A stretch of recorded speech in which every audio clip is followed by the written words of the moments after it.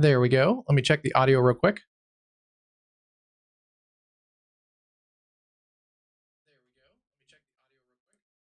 All right, that sounds good to me. We were just getting the stream set up. I was planning to get the stream going just a few minutes ago. And a tornado warning went off. It looks like it was just dropped. So that's good news. That was for Gregg and Rusk counties in the areas here near Longview. We've had storms going up here in East Texas that are starting to get a little feisty here.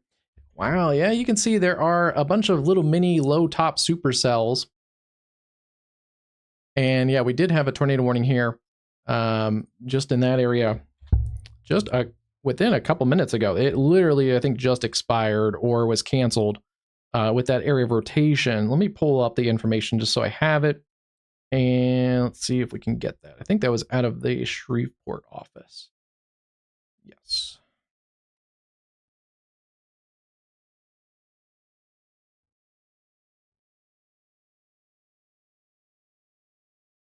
Yeah, so that was a, let's see, what time is it? Yeah, that was due to go another 20 minutes for this area around Longview.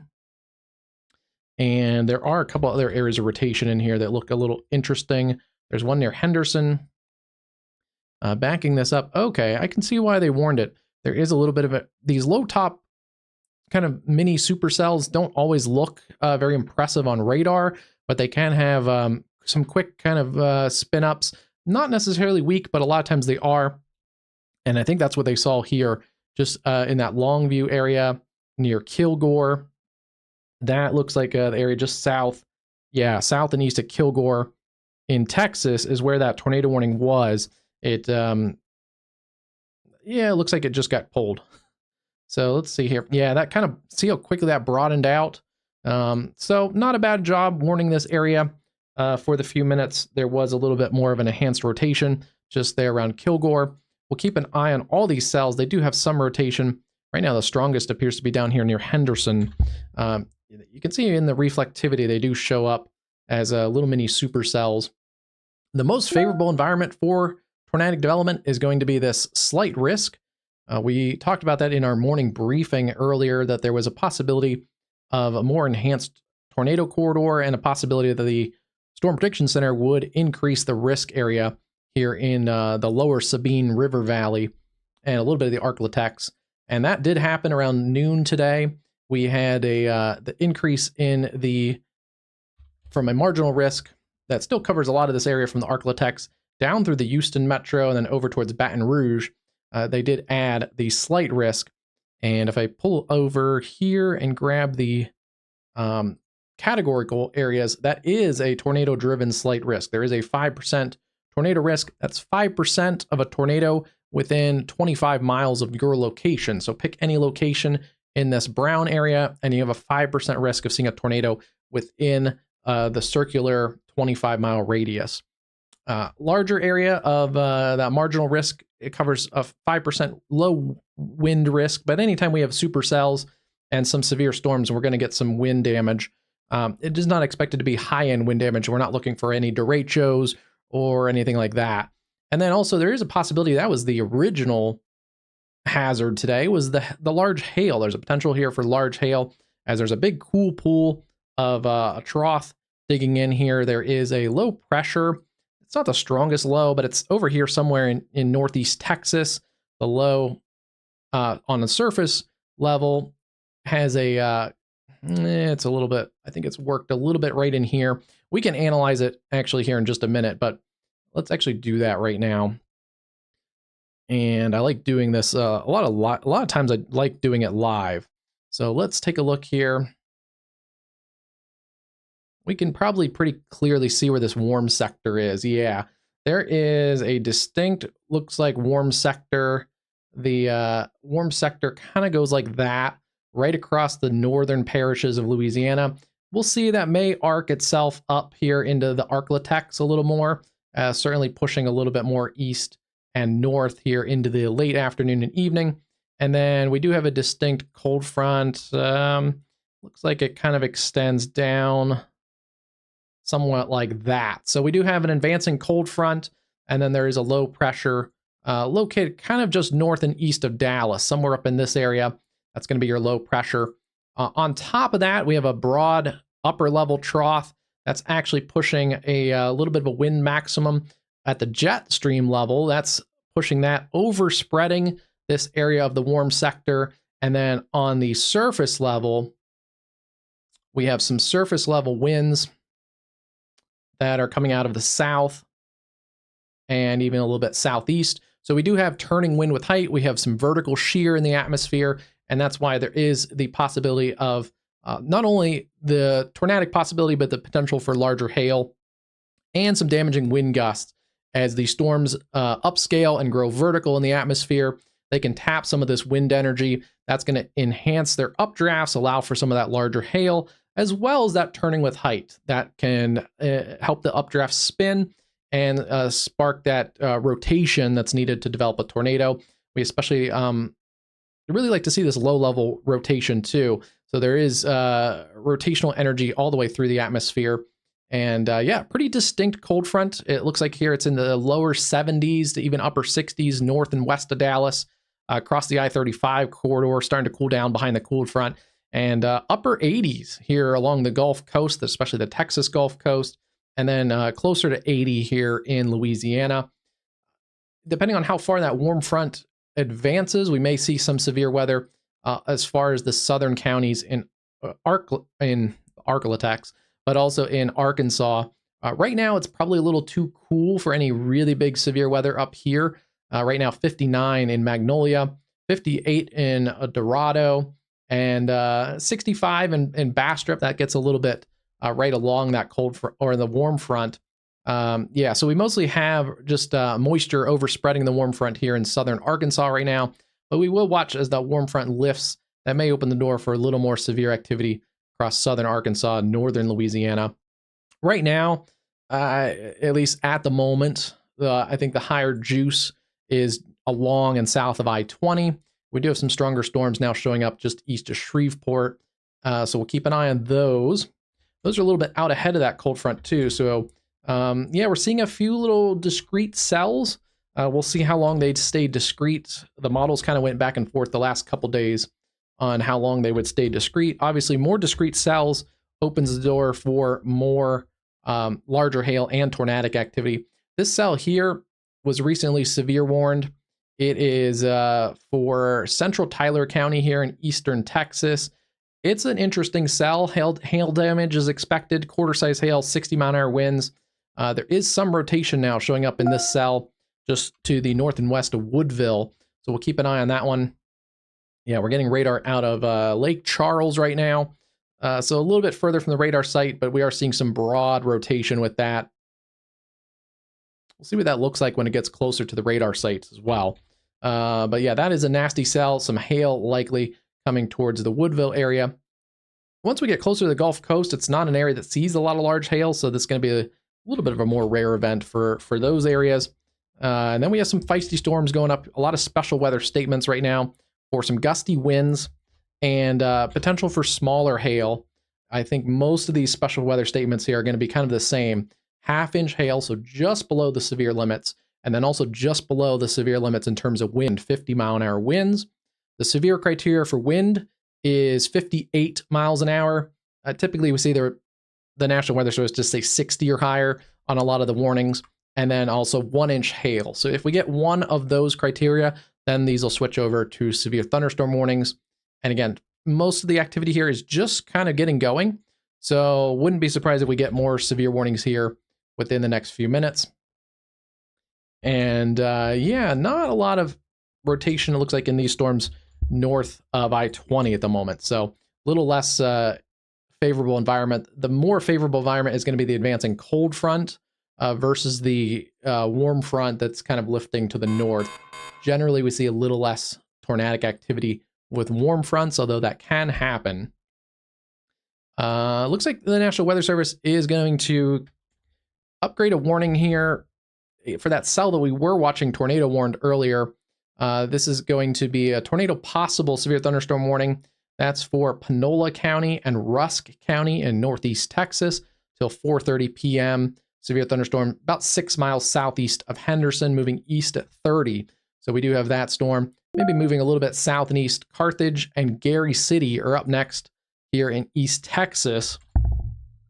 Not seeing a ton of rotation, but again, these are kind of low top cells at the moment. So wouldn't expect to see a lot of rotation, at least from the radar site. As we get closer to the radar site, though, we may start to see that more. But you can see little areas of rotation in here, why we had that tornado warning just a few minutes ago. You can see these little sickle cell shapes, and there are some rotating updrafts within these kind of line of mini supercells here in East Texas. So we'll see. They may produce a quick spin up. We do have to watch that. And then certainly watching these storms here that are out in front of the main line, as well as this storm near Conroe. This is starting to get a little feistier. Again, special weather statement just for sub-severe hail and wind, but I wouldn't be surprised if that gets a severe warning pretty soon. And then down in Houston right now, just some general thunderstorms, but watching even Houston for a marginal risk of severe weather. Let me clear out a little bit of the data here, so that way it's a little less confusing. But there is our slight risk area. Again, covers most of western Louisiana, a lot of southeast Texas, including areas here just east of Houston and down towards Galveston. Includes Beaumont, Port Arthur, Lake Charles, up towards Alexandria, and then just south of Shreveport. Those are kind of the major cities involved in that. Part of I-49, basically between Shreveport and Alexandria, and then also major interstates here like I-10 between Jennings, Louisiana, and the Houston Metro. So a lot of big travel in this area. We do have that covered. We got some great cameras located in this area. So thanks to iDrive Arkansas, I got a camera here at Texarkana right now, 61 degrees. You can see that more stratiform rain up into areas just north of the warm front. So keep an eye on that. And then we also have you covered with cameras in Louisiana, thanks to the Louisiana Department of Transportation, LA 511. And this is out of Lake Charles. You can see it's a little bit of a different look here than our areas north of the warm front. This is in the warm sector, out ahead of these storms. It's pretty juicy, up into the low to mid 80s in a lot of western Louisiana, closer to 90 even down here in southeast Texas. And you can see the sunshine, and that's a big thing. That diurnal heating is destabilizing the atmosphere and adding to the instability, especially the low-level instability. And we already detailed just a minute or two ago the wind shear with height and the vertical wind shear that allows these storms to mature their updrafts, get some large hail, and potential for tornadoes. So that's kind of the quick hit of everything. We're back to no tornado warnings here at the moment. But while we do that, I do want to look here and take a look at Hurricane Melissa. We're going to be bouncing back and forth and taking a look at our friends here in Jamaica. I do want to see, yeah, this hasn't updated since earlier. I was hoping the weather station at Montego Bay has updated. It actually hasn't updated since it started getting the tropical storm force winds at about 5 a.m. Central Time. Jamaica actually doesn't do the daylight savings. So in Jamaica, it's actually the same time as the central time zone too. So that's actually convenient. Even though it's well east, it would normally be in the Eastern time zone. It is after we switch into the winter time. But for now, in daylight savings, it's the same as the central time zone. So that's interesting. Yeah, the station there is not updated. Let me see if Kingston did earlier at 2 p.m. 47-mile-an-hour winds there in Kingston. We're watching Melissa for a lot of flooding activity. And let's take a look here, seeing what we have. Just sitting right over the island of Jamaica at the moment. See, the eye wall has collapsed a little bit as Melissa is being affected by the tropical or by the higher terrain. It's going to weaken the storm down to a Category 4 hurricane still. Wind speeds 145-mile-an-hour sustained winds. Most of that's going to be over the open ocean as well as along the coastal areas where there's less friction along the ocean. So those coastal areas get slammed with the higher wind. And then also at elevation, you may see some higher wind gusts in some of those higher elevations of Jamaica. Max wind speed down to 175. It was pushing 185, 190 for the sustained winds, and max winds gusts were over 200 estimate earlier before making landfall. It's come up a little bit here on the central pressure, up to 921 millibars.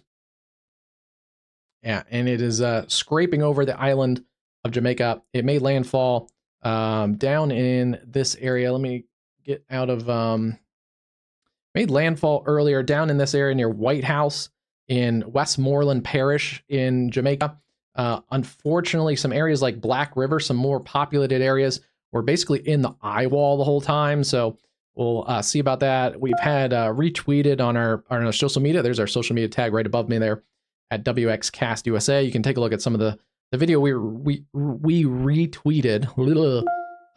But Savannah Lamar saw some building damage to their medical facility. We've seen some damage reports and videos out of Black River, where they were in a pretty sustained eye wall for a while on the northeast and eastern quadrant of the eye wall. Haven't seen much from the distinct landfall area, so we'll see about that. There are populated areas also out here towards White House. That's actually the landfall location is near one of the larger Sandals resorts in Jamaica.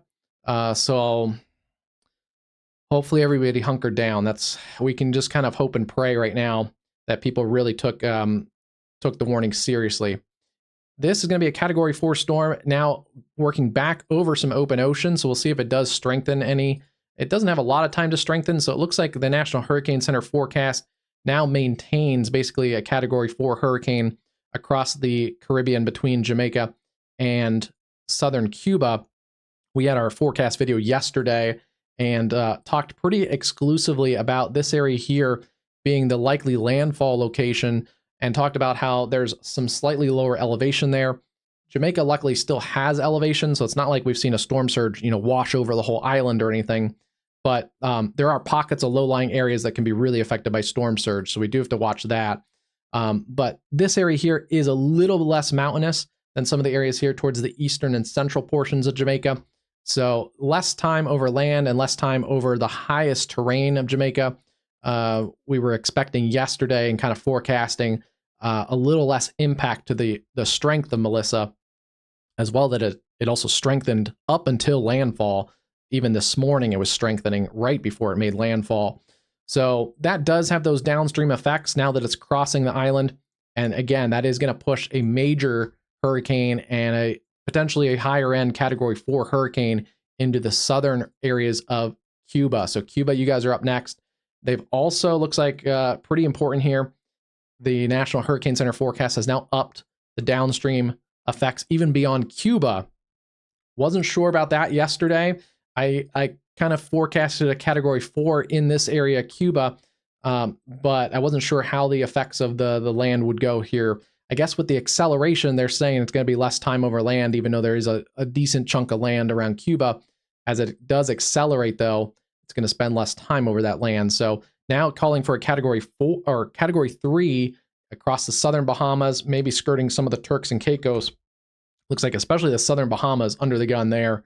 That would be on Thursday. Tomorrow. Sorry, tomorrow afternoon and into the evening. So this is really going to start cooking and start moving to the north and east. Once again, there's a look before the sun fades on this. There's a look at a very powerful hurricane over Jamaica. So right now, most of the hurricane force winds are going to be over a good chunk of Jamaica. Probably like 2/3 of the island are in that central core, possibly receiving hurricane force winds. It looks like maybe some of the eastern ends east of Kingston maybe get spared from some of at least the highest winds. The problem is earlier, there's going to be a lot of onshore push here, at least from earlier. Now we're going to get a different push of water. But so some of those areas that maybe didn't get all the wind out towards Kingston and points east definitely got a pretty good storm surge earlier. So we do have to watch for damage reports from there. And then also flooding rains. So the eastern end of Jamaica, not out of the woods here with possibly catastrophic flooding coming out of those mountains. Back home, we got a new tornado watch. Tornado watch for portions of western Louisiana, east, central, and southeast Texas, and then the coastal waters just offshore. That goes until from 3:45 Central Time to 10 p.m. Central Time. Primary threats, couple tornadoes, isolated wind damage up to 70 miles an hour. So they have upped the wind damage potential. Like I said earlier, if we get some supercells with tornadoes, that does upgrade the wind a little bit. Interesting, they've not mentioned the hail in that watch area, but there is a potential for some larger hail as well.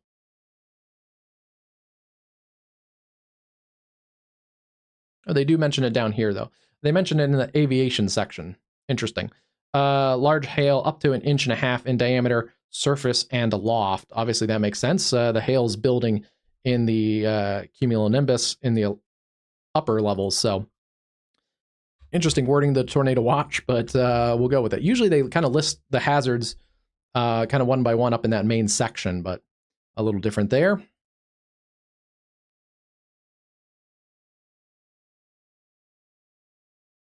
Yeah, that covers everything here from the ArkLaTex right here and around Vivian and Spring Hill, just north of Shreveport, and then all the way down, essentially covering that area that is under the slight risk. So much of the slight risk just south of Ruston along I-20, just south of Minden, and then south and west of Monroe, over towards areas like Longview, Marshall, Henderson, Carthage, down towards Lake Charles, Jennings, Beaumont, Port Arthur, and the areas east of Houston. Those exurbs, especially north and east of Houston, North Cleveland, Dayton, Liberty, Hardin, and then just east of Baytown. So that's our watch area right now. We'll see if that gets expanded or anything at all. Doesn't include those coastal parishes south of Lake Charles. What is that? Is that Calcasieu Parish down in here? I forget what parish this is, but over here by the Speen National Wildlife Refuge. Couple severe thunderstorm warnings, and there is another tornado warning just in time.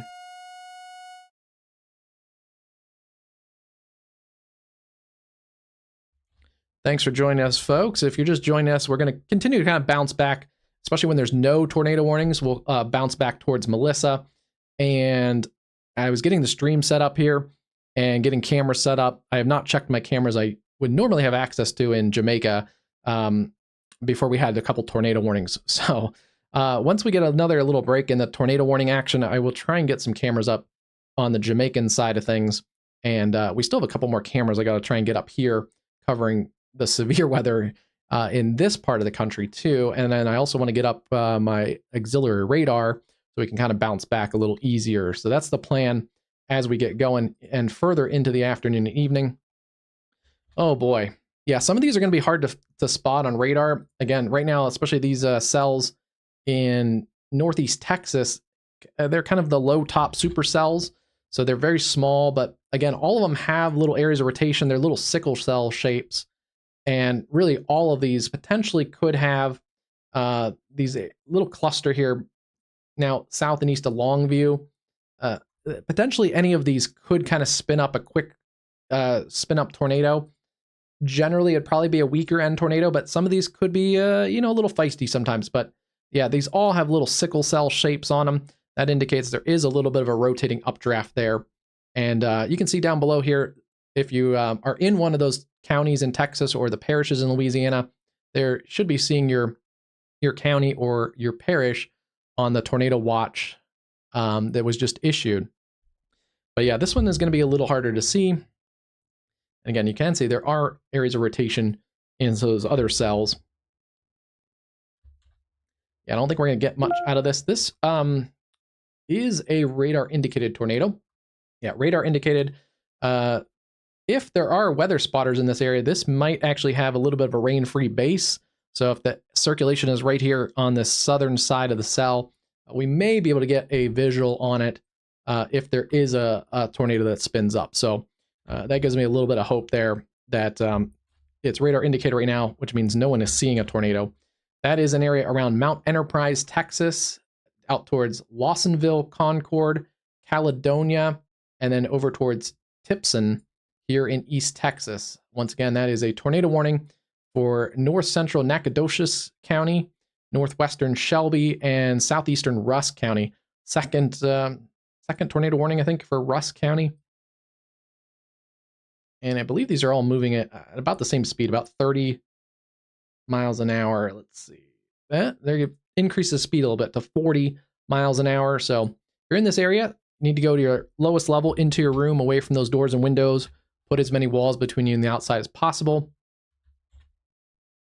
Basement or storm shelter are the best options, although this area in East Texas and Louisiana probably doesn't have a lot of basements.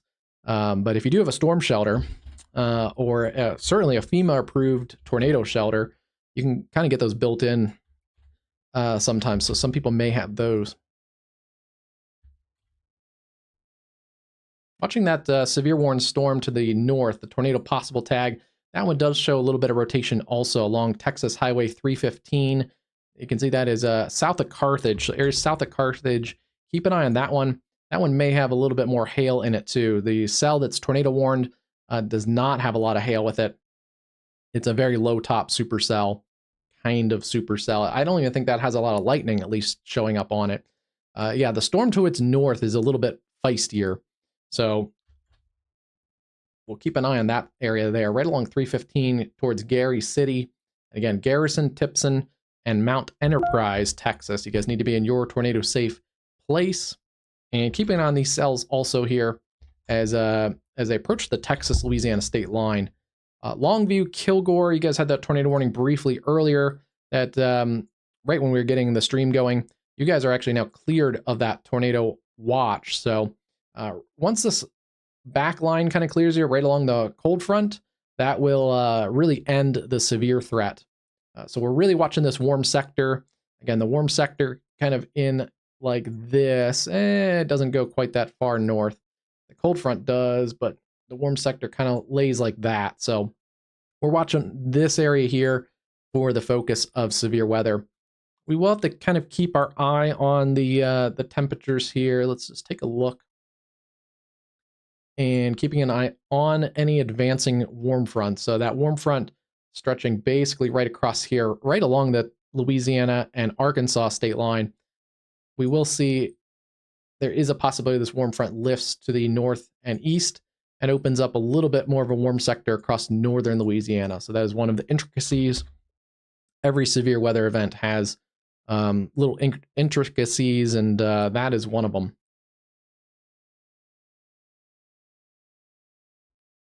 This is our other, I think our strongest cell right now, that cell around Woodville, Texas, showing some rotation still. Again, we're further from the radar site, so it's going to be a little bit more of an upper level rotation. And then this one has our largest hail of the day so far, inch and a quarter, $half sized hail coming through that area around Woodville and now towards the south and east. It's going to be coming over towards Spurger, Oldham, Town Bluff, and Oak Hill in southeast Texas. And then watching areas here, especially north and east of the Houston metro, seeing storms fire up here around the Houston metro. Nothing too severe there. Maybe a little burst of wind showing up right in here just over downtown with those cells. But the stronger cells up here towards Conroe, North Cleveland, and Livingston. Not seeing a ton of rotation in those at the moment. So watching these cells more at the moment for any hail spikes. And yeah, that cell near Woodville is pretty feisty. And then also taking a look here towards Nacogdoches, we do have a pretty strong cell going up right over the town. And then this cell here is a little bit of a loner out here east of the line near St. Augustine. It's coming up towards Toledo Bend Reservoir, about to cross into Louisiana. Watching a little bit of rotation pick up on that one. That one may have some marginally severe hail. Let me see what that's being warned for. Being warned for some gusty winds at the moment, but keeping an eye on that cell out in front of the main cluster of storms. And then let's go back here and take a look. These two, our tornado warned cell and then our tornado possible cell. And that one covers, let me grab the counties for that again. It's now 13 miles east of Henderson.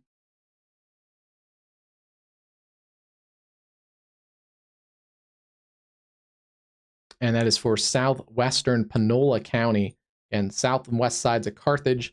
Need to be in a pretty sturdy structure away from windows and let that cell pass. And then taking a look at this area of rotation just south and southeast of Mount Pleasant. That's where we have a little bit of rotation showing up on this cell. Wouldn't be surprised if they cancel this warning again like they did earlier. But right now, this warning goes through the next 19 minutes. So they did trim it up. Mount Pleasant, you guys are out of the tornado warning. So Mount Pleasant, you guys can start coming out. Really, if you're west of 259, that tornadic threat has passed Highway 259. Continues here for Tipson and Garrison in Texas. Interesting day today. These are kind of the typical setups of some of the second season of severe weather. We get some of these messy systems with some low top supercells and some clusters and things like that. So this is kind of a typical area. It's a fairly compact, warm sector. So we saw a little bit of that this weekend and around areas here in eastern Louisiana, coastal Mississippi, Mobile, and the Pensacola area. We saw one of these localized severe outbreaks with actually a pretty decent number of tornadoes. I think Jackson County, Mississippi had, I think, 3 or 4 tornadoes around that Pascagoula, Mississippi area. And then a couple tornadoes here in Baldwin County through the day. So, yeah, kind of typical of second season that we get these very small, compact, kind of Gulf Coast regional severe weather events.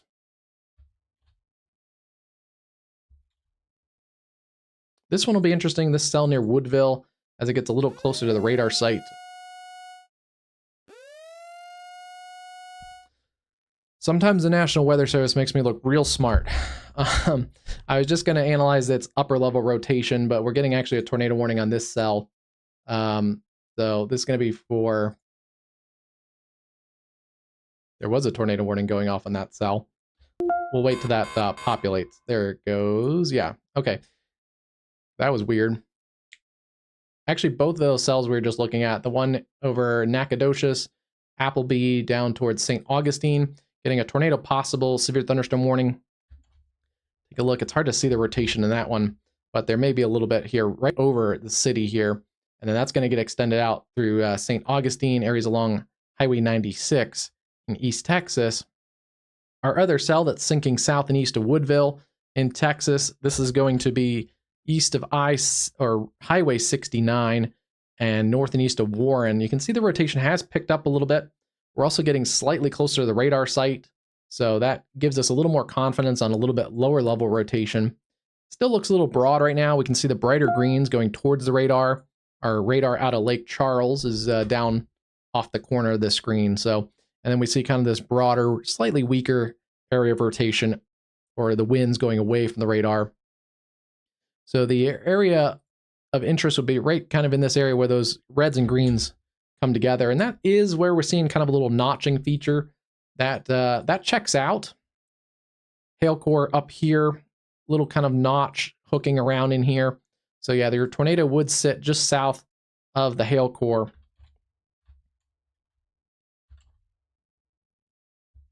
It's going to be a really messy one to look at since we are a little further from the radar site.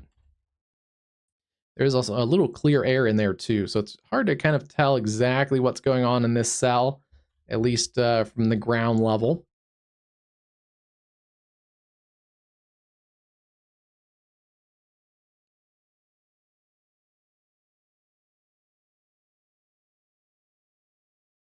Areas like Fred, Spurger, and areas here, pretty rural area out here in the East Texas woods here in southeastern Tyler County. See if they give any other areas of population here. Areas like Hillister and Ivanhoe are also impacted by this tornado warning.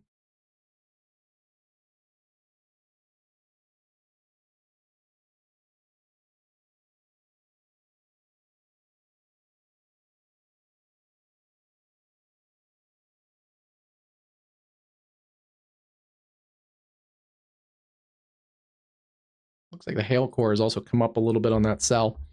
Let's see if we can cover any other communities. No other communities popped up, at least on this. Let me turn a couple settings on. Hold on just a second.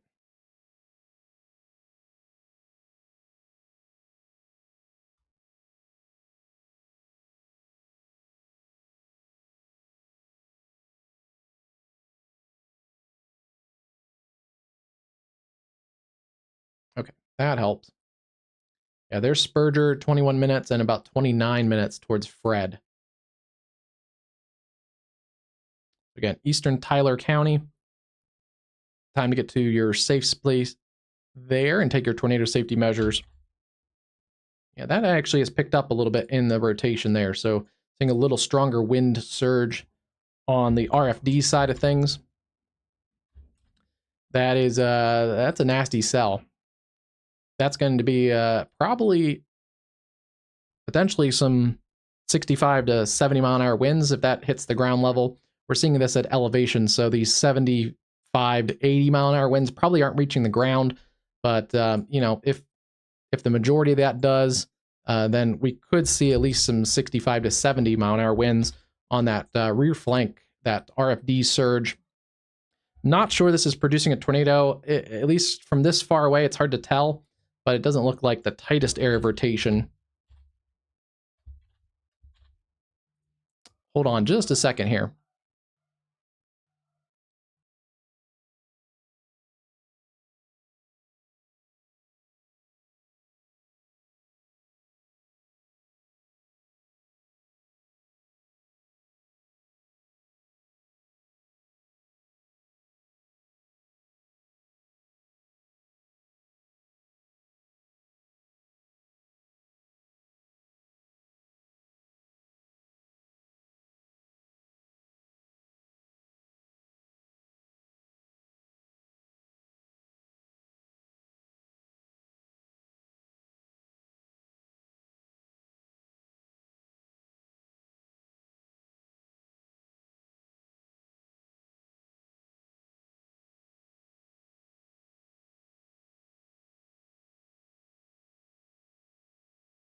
Okay.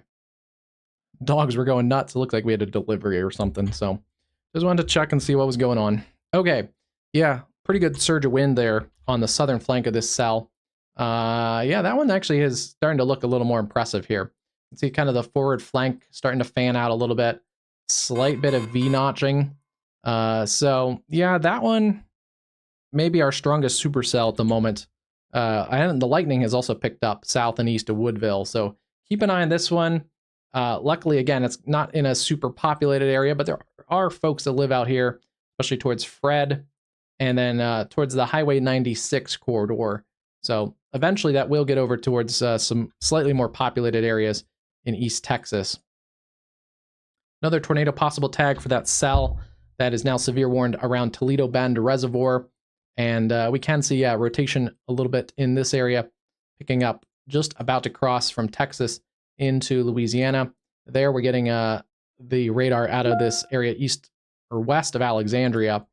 Radar coverage is decently good here, so we don't have a ton of radar holes. We can see these at some decently low levels. And again, yeah, that's going to be a nasty cell pushing across Toledo Bend.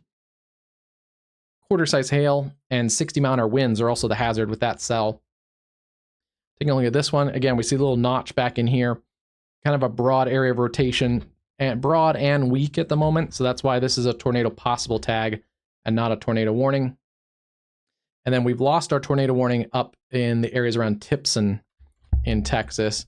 There still are a couple areas of rotation in these cells. Again, that one that's on the northern flank up towards Carthage. Yeah, that's going to get an extended tornado possible severe thunderstorm warning.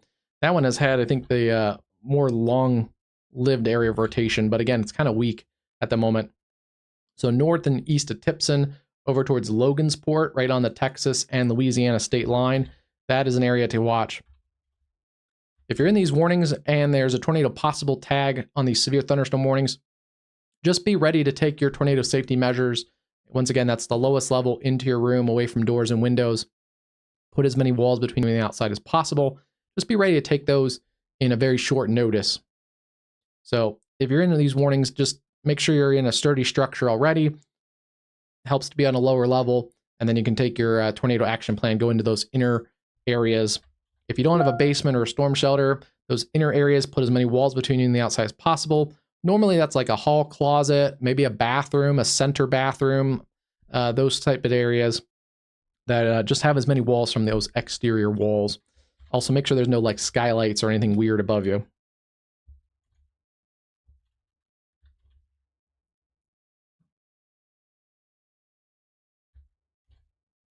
Still watching areas around Houston. Nothing severe at the moment. There is kind of a gusty thunderstorm working its way now on the southeast side of Houston and pretty close to the radar site, also going towards the radar site. So we can take a look at the winds in this real quick. Yeah, it's kind of gusty. It's not a severe thunderstorm yet, but potentially some 30, 35 mile an hour winds.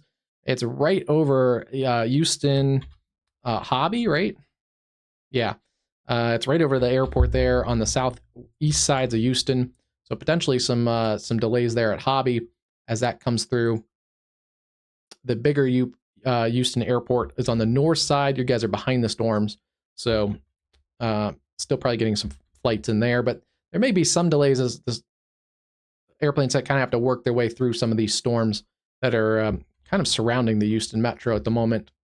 And then these northern suburbs have a couple feistier storms, but none of those are severe at the moment. We'll keep an eye on those ones. So we have had an uptick here since we started the stream with the severe weather. We now have let's see, we have 5 severe thunderstorm warnings. I believe all of those are tornado possible. No, 4 out of the 5 are tornado possible. And then we are down to 1 tornado warning, the Tyler County, Texas storm. Yeah, that one does look, that one looks more and more interesting on each radar scan. A little bit of a tighter couplet. It's kind of a weaker area of rotation, but there is still a surging RFD surge. It's really hard to say exactly what's going on. I think this is clear air where that inflow is. So yeah, it's a little bit of a contaminated CC drop, but I think that's mostly just we're still kind of a little farther from the radar site, and there's hail up in this area pretty close to that air rotation. So that is at the very least showing that there's some sizable hail in this storm. So we are seeing a pretty good chunk of hail sinking south and east with this cell. That doesn't mean it's all reaching the ground. At least it's going to be in the core of the storm. But yeah, if you're down here towards Fred, you need to stay in your tornado safe space.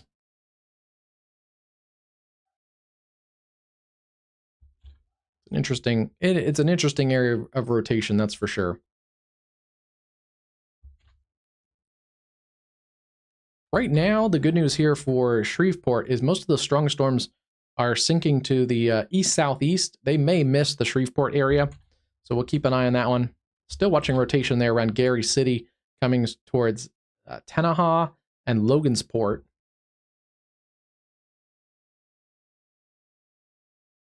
Let's see if we have other cameras. I know we do, so I do want to take a look here and see.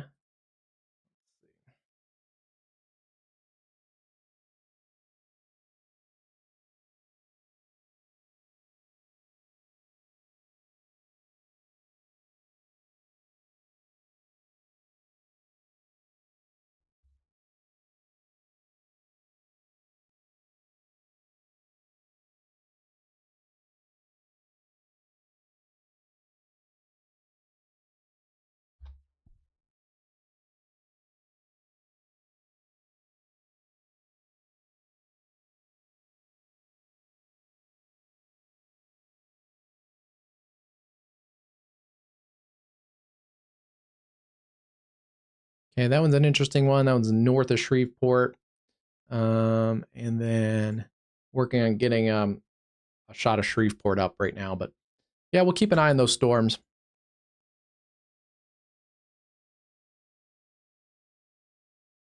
And then, yeah, Lake Charles still sunny with temperatures in the mid 80s down here in the warm sector. So we do have a decent amount of juice down here, especially closer to the Gulf Coast. So that makes sense that our strongest cell right now of the day is in this area here, just south and east of Woodville, tapping into some of that higher instability.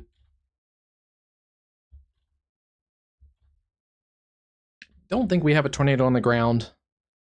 The rotation has weakened just a little bit. We may have had a brief one. It's hard to say. The rotation got a little bit stronger and tighter.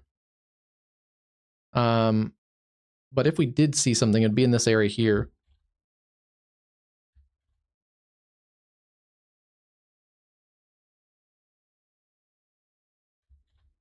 all these cells kind of in East Texas do have some rotation with them.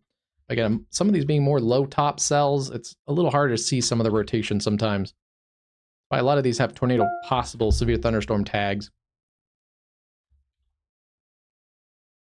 And they're fairly compact, like distance-wise too. Like this cell right here near Toledo Bend is, let's see, only about 16 miles by about 7. So it's a fairly small cell. However, if you're under that, like right around Toledo Bend, there is a hail core in there. And then also a little area of rotation sitting just to the south of that. It is really legitimately a mini supercell. It's just on a smaller scale. There's your hail core showing up on the CC right in there, just over Toledo Bend. Yeah, and rotation would just be in the southern flank of that. So interesting little cells today.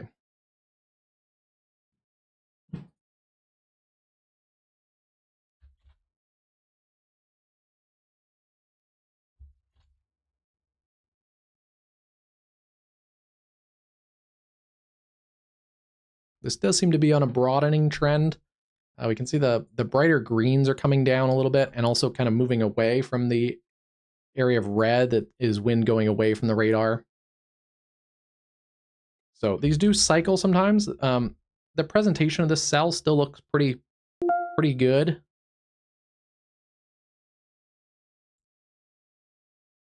It's maybe getting a little elongated. We don't have quite that really pronounced V-notching. There is a little bit of a V-notch in here. The forward flank is actually kind of fanning out a little bit further. So maybe some of these upper level winds are cutting into that and certainly blowing off the tops a little bit to the further eastern side of things. So maybe not looking quite as healthy as it did earlier. Still has a hail core. That looks like it has come down a little bit, the hail core. And again, area of rotation would be sitting on that southern flank of the hail core. And this one too may have an open exposed mezzo. So if there are storm chasers, not sure. This area is really rural and wooded and swampy, so there may not be anyone out here. But they may, if someone would be, they may be able to see the mezzo and see if it was on the ground. Not saying go do that if you're in this area, but yeah, it's pretty rural. There's only a couple county roads and things out here. There is a community near Fred that is in the warning, and that area rotation is actually headed towards that community. So keeping an eye on you guys over in Fred. The cell near Dayton in Texas, north and east of Houston, is looking a little feistier. And then still watching these cells up here on the north side of town towards North Cleveland, Roman Forest. That area of wind just around the Hobby Airport is now being flagged with a special weather statement for up to 50-mile-an-hour winds. Pretty close to the radar site, so I don't know if we have 50 in here, but we at least, I think, saw, or yeah, you know what, there could be. There's a couple areas here that are now up to about 50 miles an hour. We saw earlier like 35 to 40, and still definitely seeing those. But yeah, right on the leading edge here, coming towards Pearland and Friendswood, and then eventually here around League City, right at the radar there are a couple areas of 40 to 50-mile-an-hour winds. North and west of Houston, once this line clears you, that's basically the cold front. So once that clears you, you're good to go. So areas like College Station, if you got any kids up in College Station, Huntsville, Texas, out towards LaGrange, and then also all along the I-35 corridor, you guys are good to go for the evening. As well as areas in Dallas, Fort Worth, got hit pretty hard over the weekend with a pretty punchy line of storms and likely a QLCS tornado.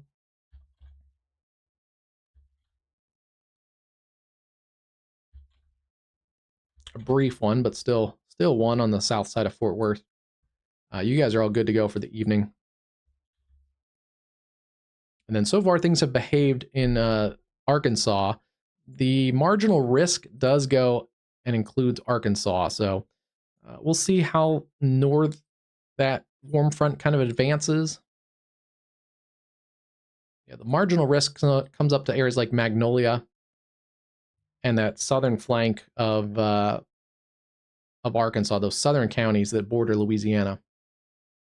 But our storms are just starting to get into the more favorable environment for an all hazards threat. You can see our storms that are in that are severe warned and tornado warned. So we'll see what happens with the main line of storms as it kind of works into that area. The models, at least earlier this afternoon, have those kind of upscaling as they work to the east, and then a little bit limited as they get further east, not just for the environment, but also we'll lose the daytime heating with the shorter late October sun angle. Still watching an area of radar indicator rotation south and east of Hillister and north and west of Fred. If you're in this area in southeast Tyler County, Texas, you need to be in your tornado safe space.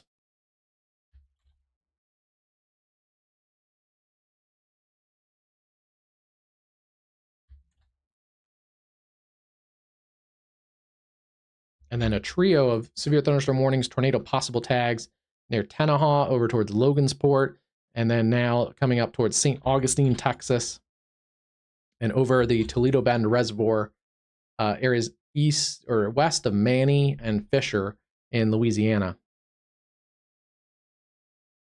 And we are seeing a little bit of a feistier cell now just to the north and west of Shreveport, 40-mile-an-hour winds, maybe half-inch hail. Not a lot of rotation in this cell. It's mostly just a little line of gusty, not even a lot of lightning in here.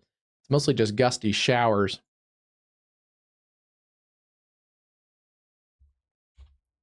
Coming towards the Shreveport area.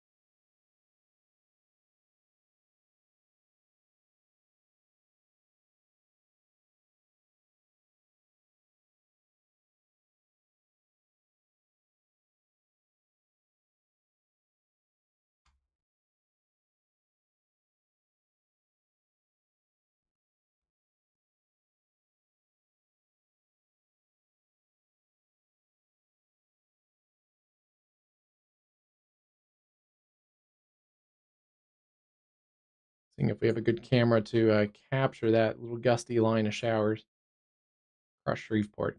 Hasn't quite made it into town yet.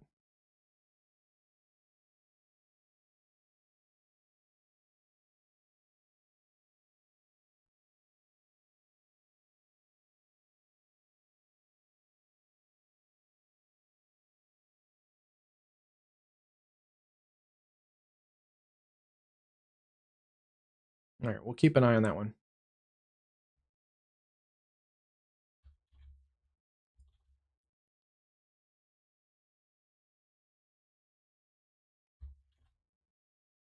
Still seeing a decent rotation as this is approaching Fred. It's still kind of broad, but still worthy, I think, of a tornado warning, especially in the environment that we're seeing today.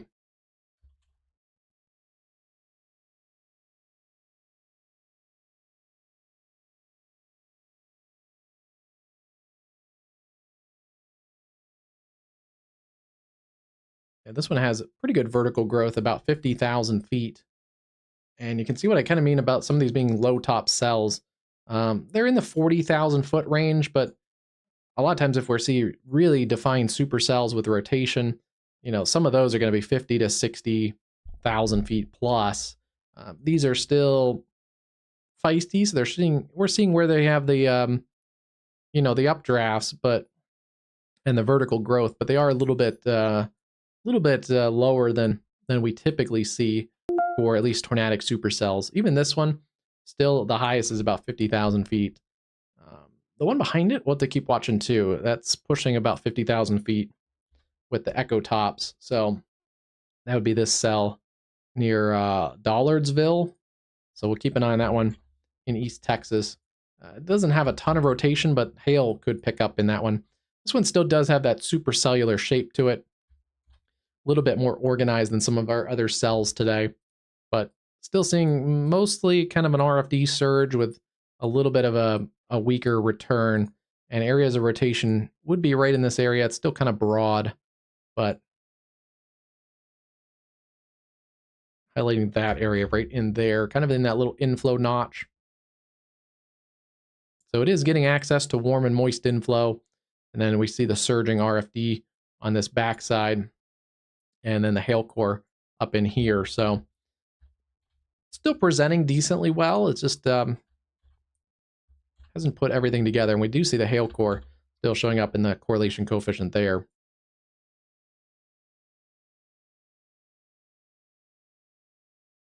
Take a look at a couple of these other cells. They've shown some rotation at times. All have a trio of them have tornado possible tags. Looks like the rotation has come down in 2 of those, though. The one here near Chirino, Texas, and St. Augustine, and then the one here near Logansport, Joaquin, and Tenaha, now east of Tipson. Yeah, those have kind of come down a little bit. It's good to see. Put that back into motion. The hail cores have also come down a little bit on those. You can see here a little bit brighter purple and pink colors, and not quite seeing as much of that. And then same for this one. The purple and pink colors have come down a little bit as it's riding, basically right along Highway 21, coming into that area around Chirino, Texas. Hopefully I'm saying that right.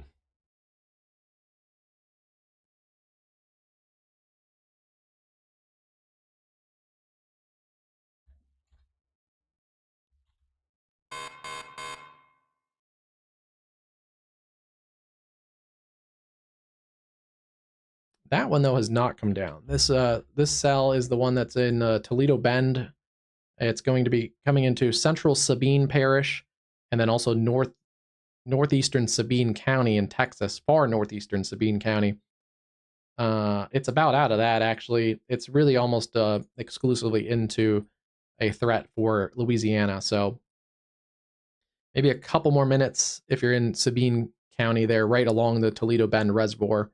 But otherwise, coming towards Zwol, Natchitoches,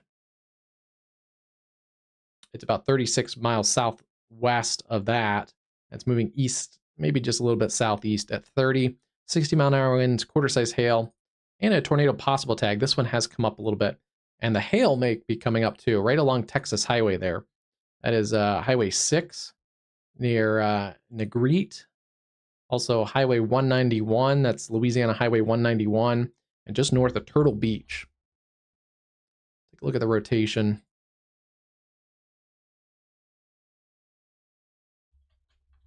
Hasn't come up yet, but we're starting to see more of a hook shape. If the RFD can surge a little bit, wouldn't be surprised if it tries to tighten a little bit of rotation. And watch out here around Turtle Beach, Esto, over towards Negrete.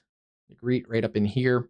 This one could increase rotation pretty quickly and deserve a tornado warning. Also watching out here towards Fisher, Florian, and Hornbeck, right on the edge of this warning polygon. So if you're anywhere in this area, in the Sabine Parish, keep an eye on that one. We're going to get a new tornado warning for this cell that is around Fred at the moment. Yeah, it's picked up a little bit in that area of rotation again. So it's in that little inflow notch. Good news is not seeing a well-defined area of CC drop. This is hail up in here, and this is clear air down here. So we'd be looking kind of right at, basically this area right at Fred. That's where we'd be looking for any defined CC drop, and I'm not quite seeing that yet. Again, I think this is clear air down here. This new tornado warning is southeastern Tyler County, far southeastern Tyler County, northeastern Hardin, and southeastern Jasper County, all here in southeast Texas. Again, tornado producing, severe thunderstorm capable of producing a tornado over Fred.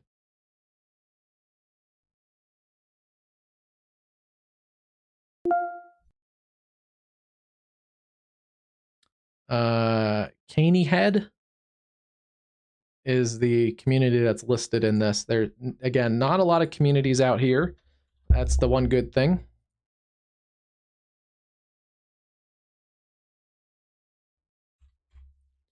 Let's see if we can grab anything. No. Next community is going to be Besame, about 41 minutes from now. That's along Highway 96. So again, this is sinking towards a slightly more populated area along Highway 96, but we do have some time before that occurs. If you're in here around Farm Road 1943, just to the west side of Fred, really need to be in your tornado safe space. We have called Fred for quite a while, so hopefully those folks are in their tornado safe space. Yeah, rotation has come up a little bit on that.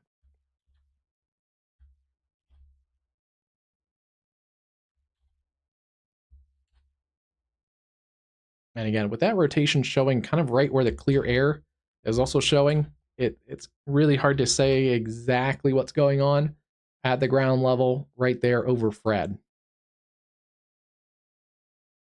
Keep an eye, though. The CC dropped a little bit, but I think that's still clear air. Let's check this other cell. This was the cell tornado possible coming into. Ooh, that looks a little feistier. That is getting a little feistier. Right near Toledo or Turtle Bend, it's starting to wrap up a little bit tighter here. Still seeing some circulation in here. Don't think it's at quite the level of a tornado warning yet, but starting to see signs it's trying to wrap that RFD. So we'll see if that picks up. You can see the surge of green right in here, and that is a little bit of a surge in that RFD. The hook is also starting to get a little hook-like. A lot of times, I'll draw it over here, but a lot of times if the cell kind of looks blocky like this, it's usually not producing a tornado. It may have a little rotation, but it's usually not producing a tornado. If a cell looks a little more like that, where the hook kind of looks like a little stinger, that is a little more of a sign in the reflectivity that the cell is really starting to wrap the inflow, and the RFDs surging around, helping to tighten that wrap. So that's what we like to see when we see on the reflectivity. And this is starting to do that. You can see the surge now coming out there has a little bit more of that hook and a little more of that stinger shape than it did earlier.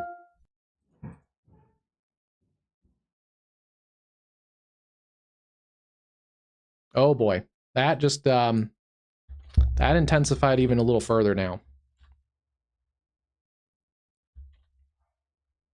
A lot of times we start to see the reflectivity change before we see the rotation pick up. So I wouldn't be surprised if we get a tornado warning out of this. So keep an eye here out towards Florian, Fisher, and Hornbeck. Consider getting to your tornado safe place here pretty quickly. That's along Highway 171. It's going to be around Turtle Beach, Esto, Negrete, Des. This is a really well presenting supercell. Yeah, that one. Yeah, rotation picking up here right around Turtle Beach. So not showing a ton of rotation, but again, this is a little bit lower of a top cell, so we may not see the best look at rotation, but it is picking up a little bit. Nothing, though, on the correlation coefficient. We are also pretty close to the radar site, too. About 43 miles from the radar site.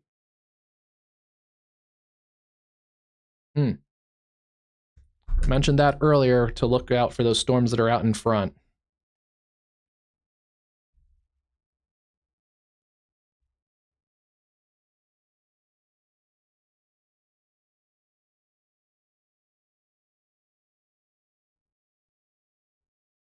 We are starting to see a little bit of an indication of a tornado signature on that one. Let's see, what are we looking at? We're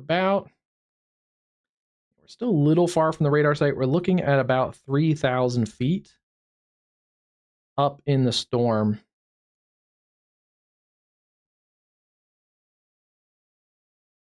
So not quite low level look at it. We're not close enough to the radar to get a real good ground level, but you can see here, putting this into motion, how just while we were talking, that really wrapped up. So wouldn't be surprised if this gets a tornado warning, and it is getting a little bit more intense with that area of rotation that we do see right over that Toledo Bend area. Take a look at our other cells here. This is near Chirino.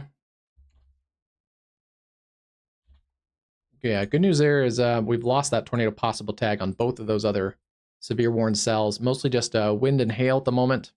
And the hail has come down on both of those. The one near Logansport, north of Center, and the one near Chirino, approaching St. Augustine. So really watching the cell over here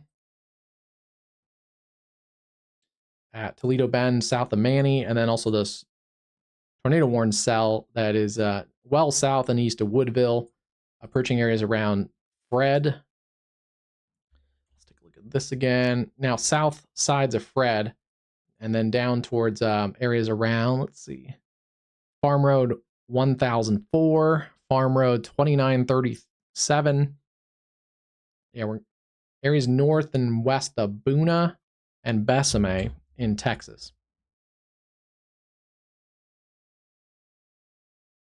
You want to check out these storms here, a little bit feisty at times around the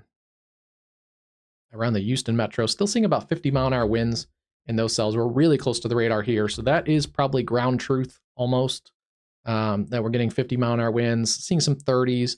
But yeah, sub-severe line of storms working through the south sides of Houston and approaching areas like Baytown, League City. You can really see the cold front right in here.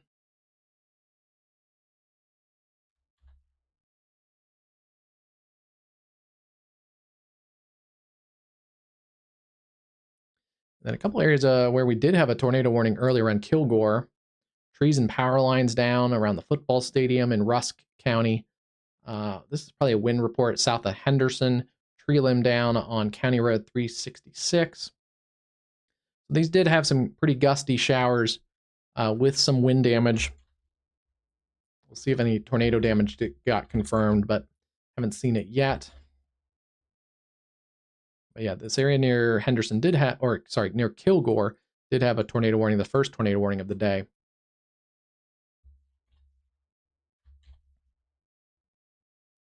And then around Shreveport, just gusty showers coming through right now. Up to 40-mile-an-hour winds, maybe some small hail. Mostly that is north of Shreveport, though.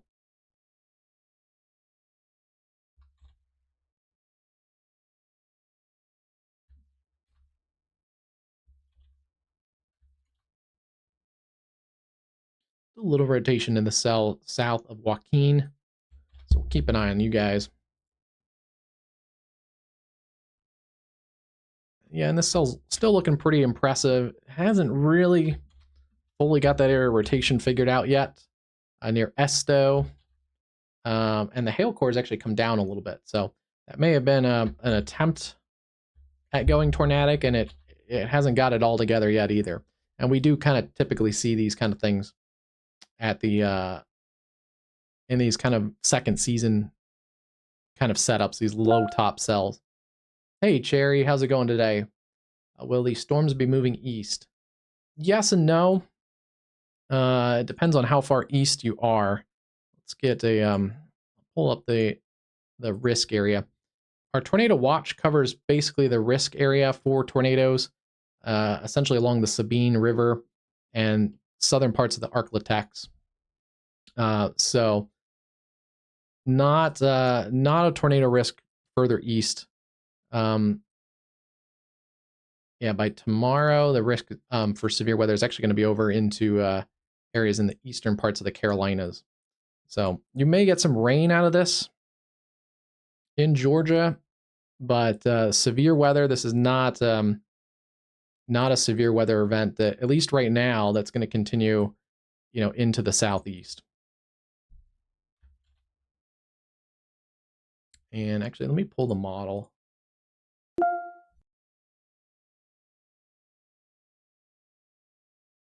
We can look at the model here in a second and just kind of see how the model thinks this is going to develop. Let's see. Let me get that pulled up, and then we'll take a little closer look at the model.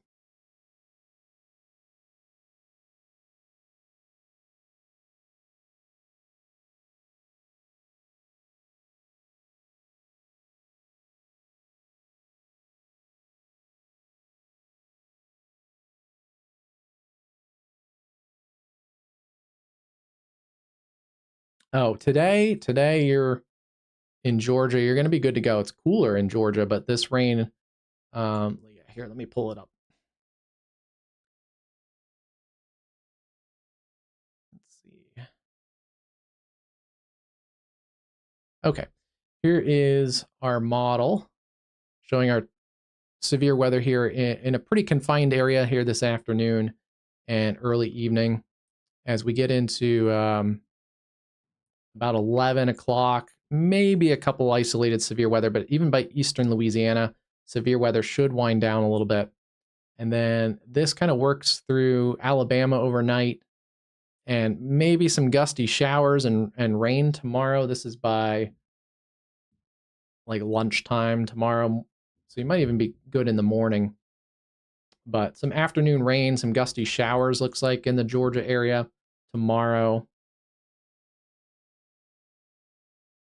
Yeah, the severe weather ingredients just don't look like they come together in Georgia.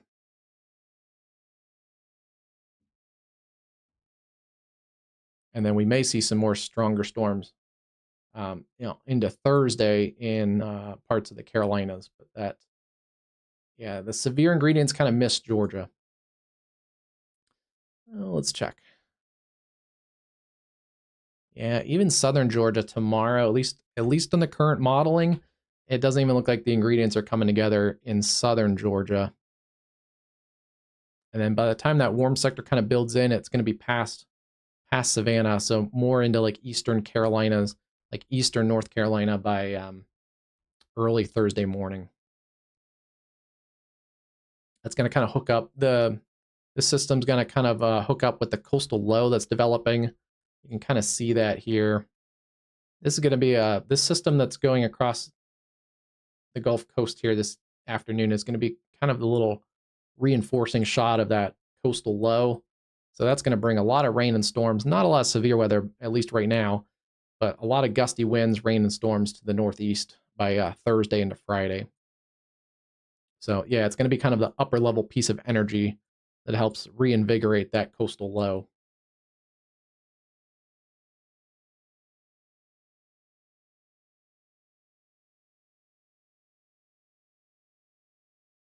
May get some gusty showers there in Savannah by like tomorrow afternoon, evening.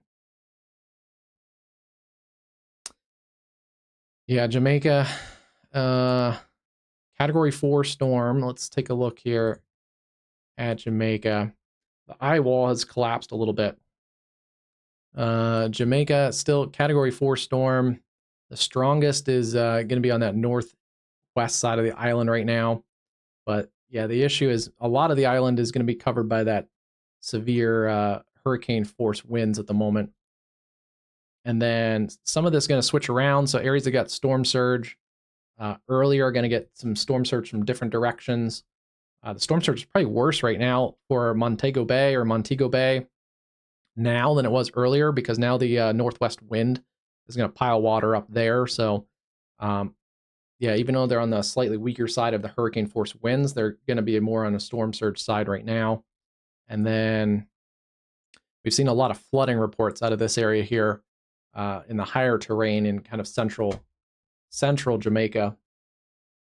Let me let's see. Actually, while we're doing this, let me see here. Back to their severe weather. And I did want to see if my cameras work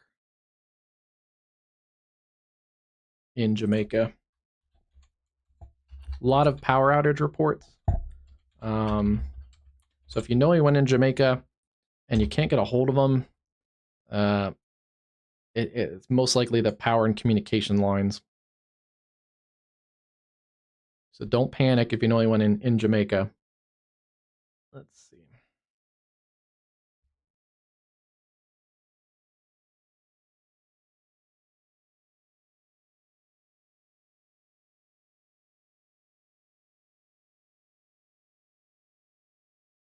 No, the cameras I usually use for Jamaica are not live right now, so likely, again, I think it's a communications issue.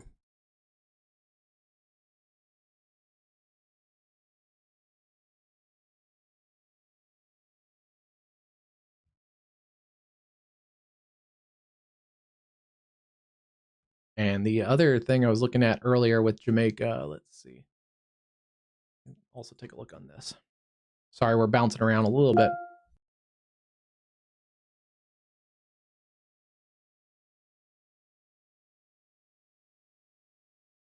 Yeah, our weather stations have not updated in Jamaica for a while. Once it basically got to the tropical storm force winds in Montego Bay, it looks like this reporting station kind of probably went offline. Again, the winds weren't strong enough to like destroy this station, but likely a communications issue. Potentially lost power or internet or both. Kingston at the airport. Last report was 2 p.m. That's a little... So we haven't had an update in a while from that area either. They were getting at least tropical storm force gusts.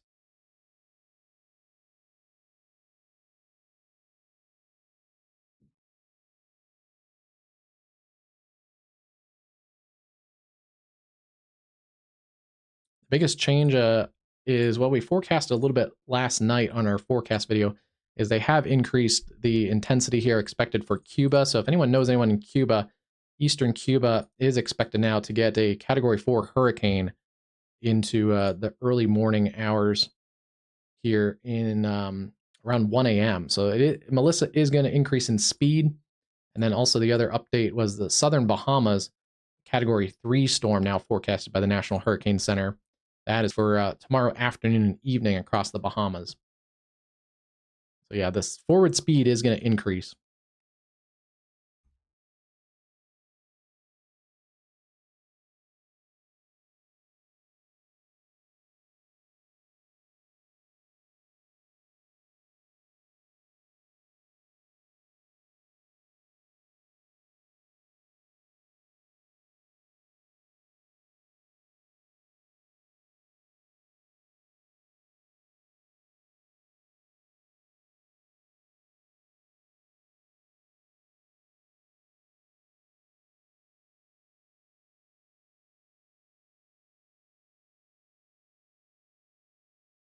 Yeah, we can see that looking here at HRRR model. This is looking at the 500 millibar, the jet stream winds.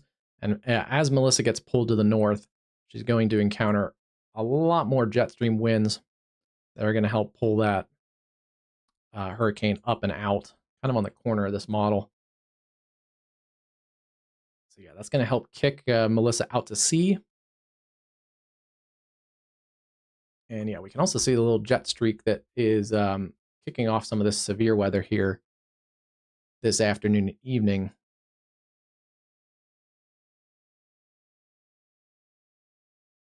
Just a pretty subtle little jet streak. It's right over the low pressure, the surface low. So that's what kicks off these kind of second season, little kind of localized Gulf Coast events, is usually just a little bit of vertical shear. There's enough instability down here along the Gulf Coast that we have instability over some shear profiles, and we get some of these more discrete supercells and low top cells.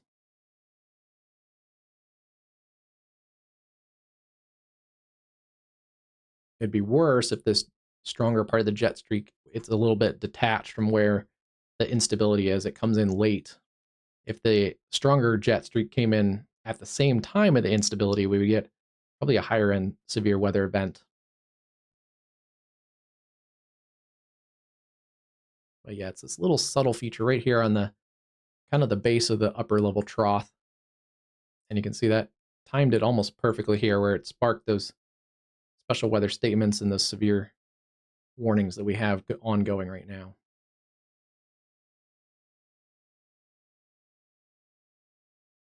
Hey, Moss, how's it going? Yeah, I figured we have, there's also some reputable streamers that are covering Jamaica. Jamaica is very, very covered right now with streamers, I believe, at least the last I checked.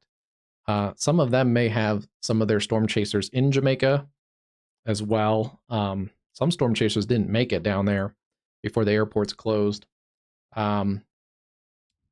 So trying to also just carve out a little bit of a niche. And if everybody's focused on Jamaica, we can be focused a little bit back home and just covering our friends here in the Gulf Coast.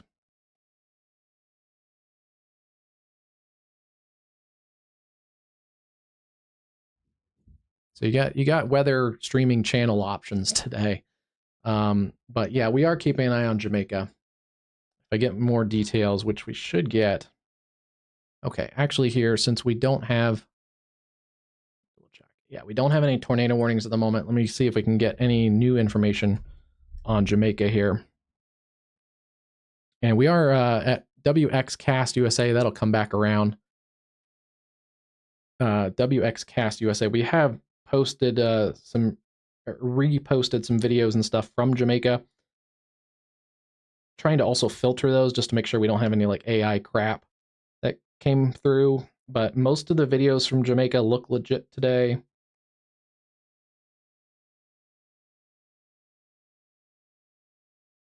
And yeah, it's not great, but we probably haven't seen the worst of it. That's the problem. We've seen, videos of like flooding. We've seen videos of some tin metal roofs being, torn off. We haven't seen any like craziness yet, at least on the videos I've seen. But again, a lot of times the hardest hit areas, we don't get videos out of those right away. So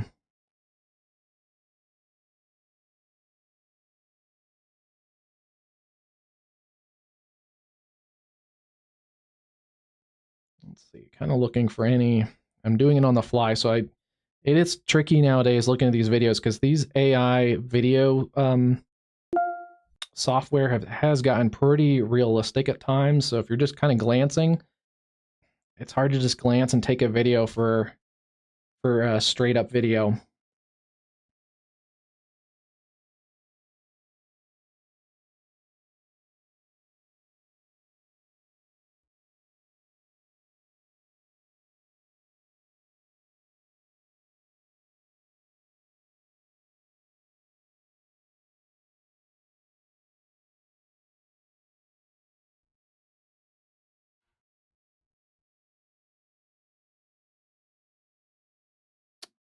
Let me look for something here. Where is this?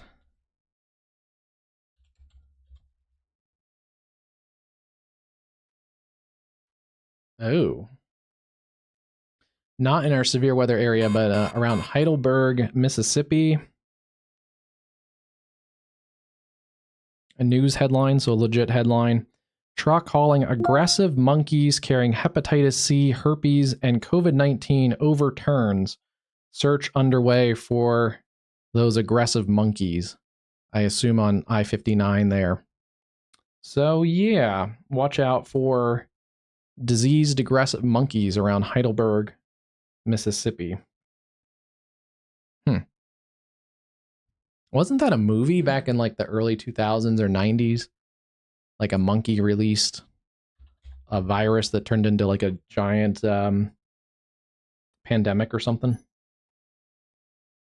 Let's see, latest from the National Hurricane Center on Melissa. They are warning Jamaicans to remain in shelter.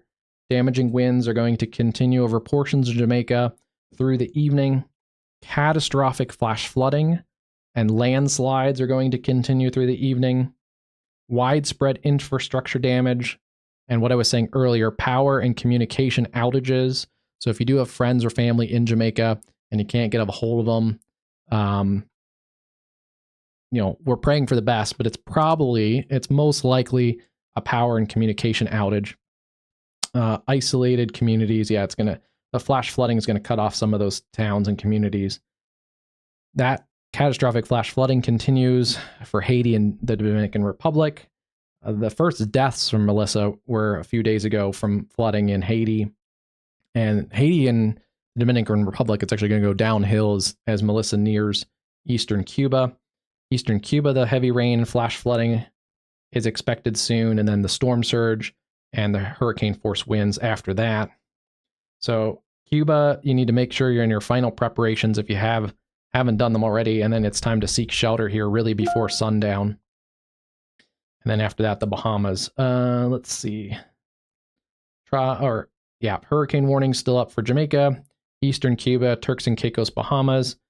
Tropical storm warnings for parts of central Cuba, Haiti, and the rest of the Turks and Caicos.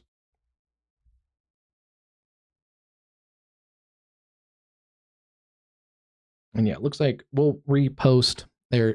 Just passed, but WXCastUSA will share some of these videos and pictures that we're getting in. But again, I don't think we've seen the worst of the videos yet.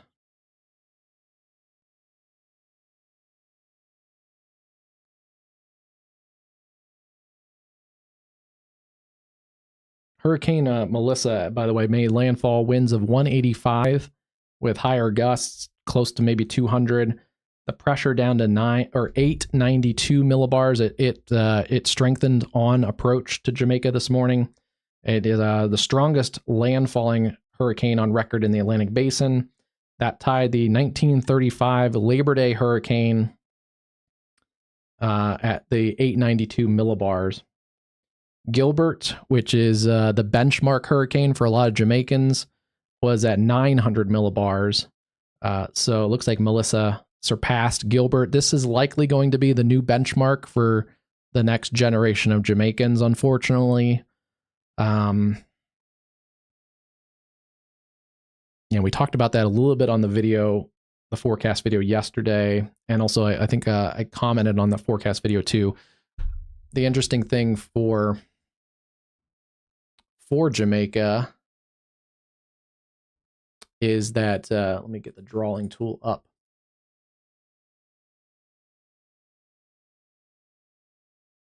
So Gilbert was kind of a Cape Verde storm, an eastern Atlantic storm. It actually tracked east across the Caribbean and the Atlantic. So Gilbert in 1988 came across Jamaica kind of from the east and leaving to the west.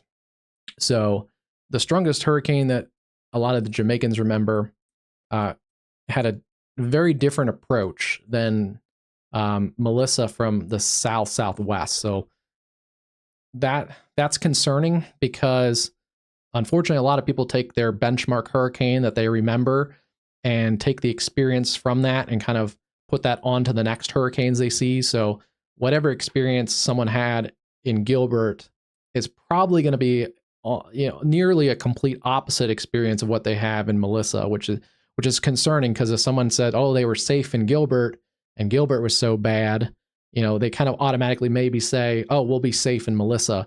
But that's not the case. You do have to treat every hurricane as a unique thing. They are all unique, but especially this one, it's basically a perpendicular path that Melissa took to Gilbert. So Gilbert and Melissa, and yeah, we'll see.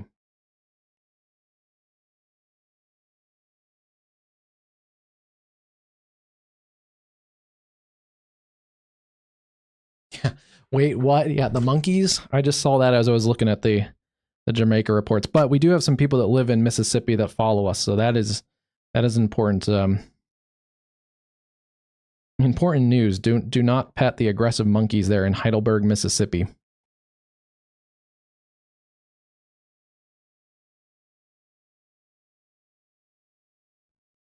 we'll repost a couple other ones. Hey, I'll just repost the monkeys too.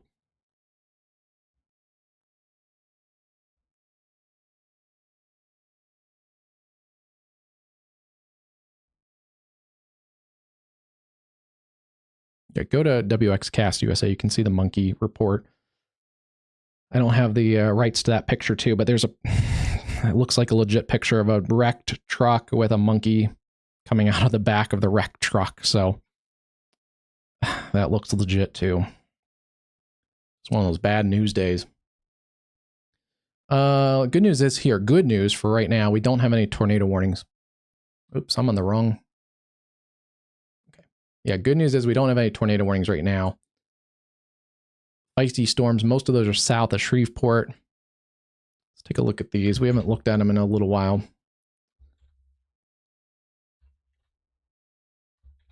interesting cell, but not seeing a lot of rotation on it at the moment.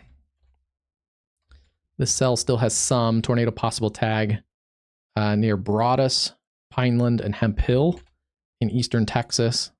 Yeah, rotation's picking up a little bit on that cell, so we'll watch that one. Some hail likely also there south of St. Augustine, Texas. This cell is still a tornado possible tag, but it really, I think, tried, but it did not really gather the rotation like we've seen.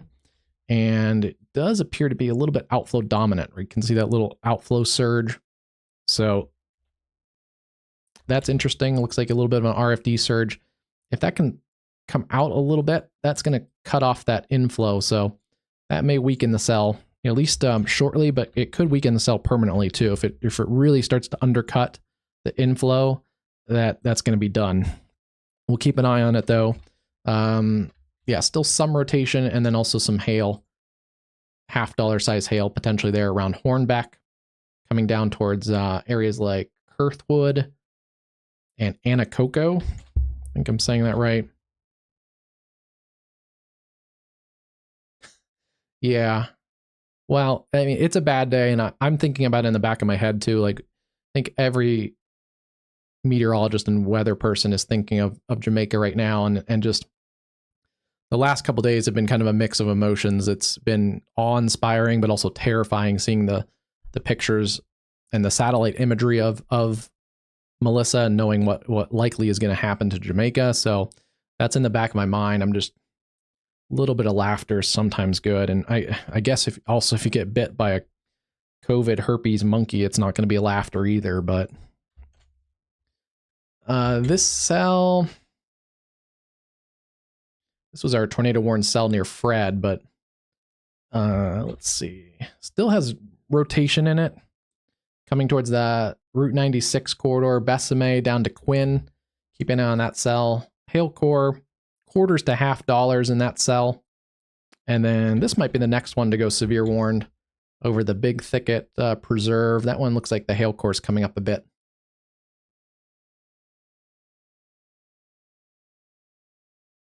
Yeah, last night was just, I was kind of glued to my phone as I was looking at the satellite imagery coming in and just seeing Melissa strengthen as it started to turn towards Jamaica last night was just kind of gut-wrenching. And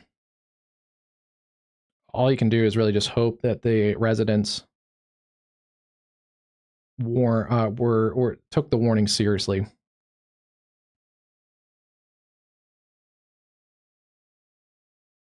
Oh, here is actually a hurricane animal related issue. Residents across Kingston, St. Andrew, St. Catherine, and St. Thomas in Jamaica are being urged to use extreme caution with the heavy rains and flooding. The heavy rains and flooding may drive crocodiles out of their natural habitats and into communities. That's a no joke, legit threat. Especially with the amount of flooding we're seeing. Crocodiles are going to want to leave. I think all crocodilians, alligators, crocodiles, I'm pretty sure they mostly prefer kind of calmer water. So with rushing rivers and flooding, they're going to want to leave those rushing rivers and try and get to their own higher ground and calmer water. So residents I would assume all of Jamaica, you should really avoid the floodwaters because they may have crocodiles in them. And that's not like a joking thing. Crocodiles are much more dangerous than alligator. I know a lot of Cajuns down here, they'll call alligators water puppies, but crocodiles, you don't want to deal with them.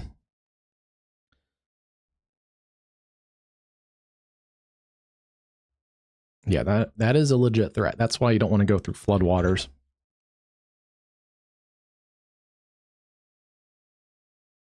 Yeah, the one bad news is I don't think most of the clips and video that we've seen so far from Jamaica, I don't think that's AI. So we are starting to get a few more clips of damage. And nowadays I have to be slower at reposting stuff because even the larger, media organizations get tricked by AI now. It's so good that that yeah, you can really get tricked, and even these larger media organizations that should have people kind of really combing through these can also get tricked.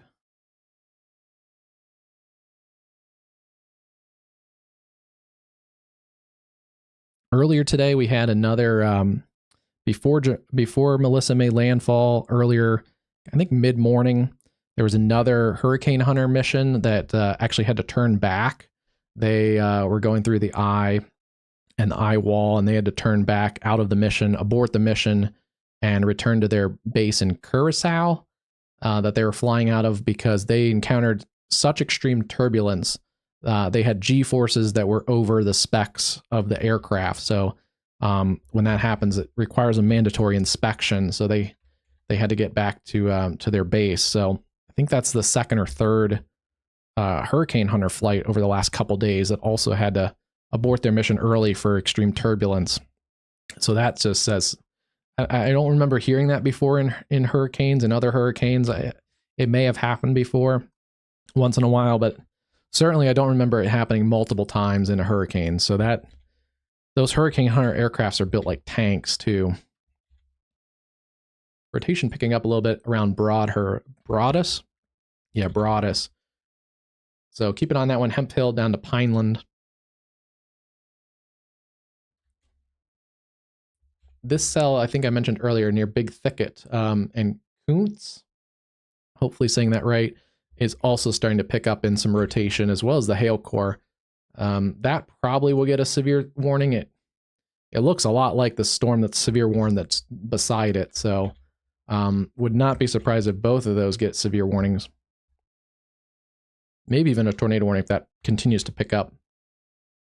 It's along Highway 69, just north and west of Kuntz. Yeah, they are far more dangerous than alligators. I mean, I wouldn't want to mess with any, but let's see.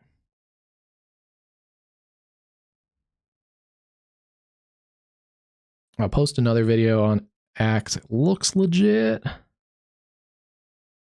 see. Let me mute it. Let me see the sound.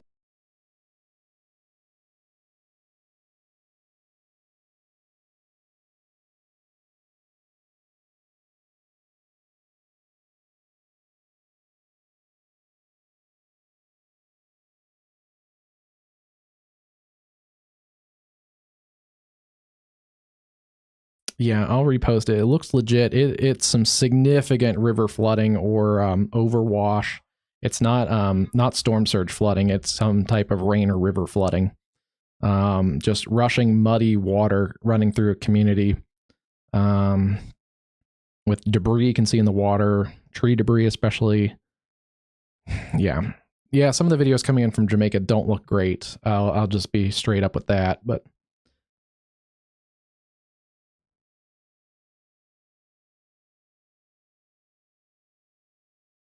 and we may not get a lot of information now that it's going to get towards nightfall too.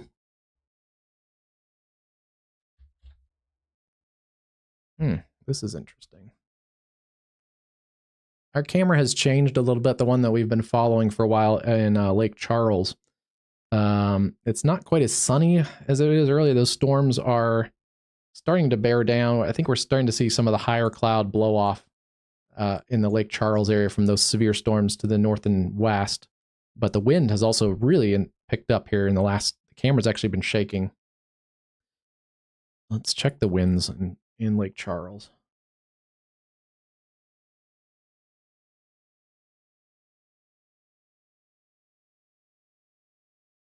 Yeah, so we're getting south-southwest winds, 14 gusting to 20.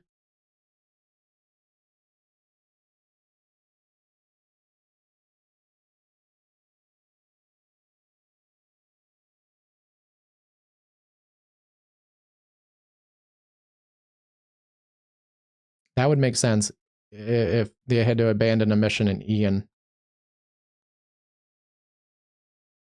I doubt that happens much. I did see they did make it back to their base. So like they limped home, and I believe they've had missions since. So we can check that too.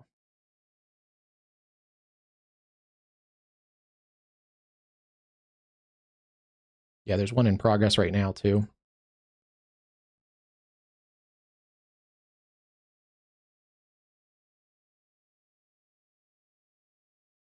So they're just probably starting. It looks like they're making their first pass on the leading edge, just starting their mission. They'll come back and kind of do a bunch of figure eights and loops and things. So that's a NOAA aircraft out of, oh wow, out of Lakeland, Florida. So that's not the same aircraft, but they did make it back to Curacao.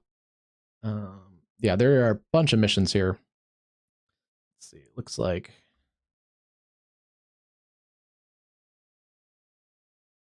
can we see that one? No.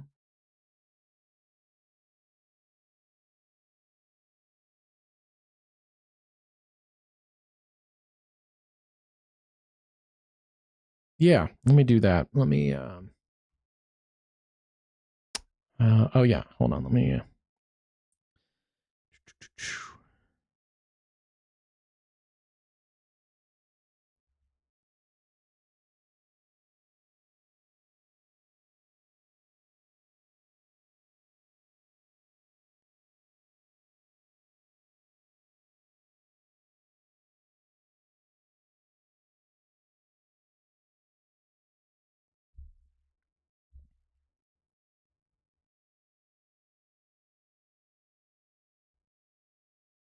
let me post that.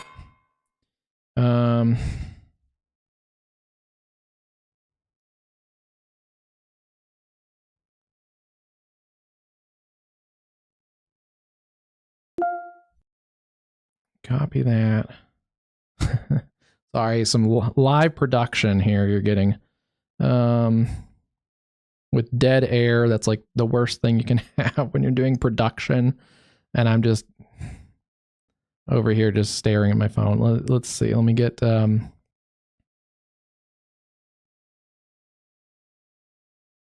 where is my live stream? Hold on. Okay, there it is. Somehow on the back end of YouTube, it wasn't easy to get to my live stream, my own live stream. Okay, so there is this. We can post that. And I see it up there too. There's the link that I just mentioned on X that shows the pretty impactful, looks like river flooding, river/rain water flooding. Again, not storm surge, but very fast moving, muddy water with debris in it.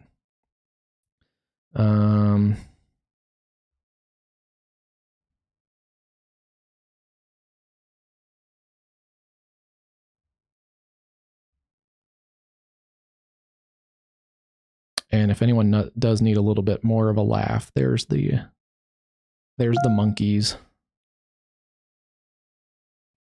The news of the COVID monkeys wrecked in Mississippi.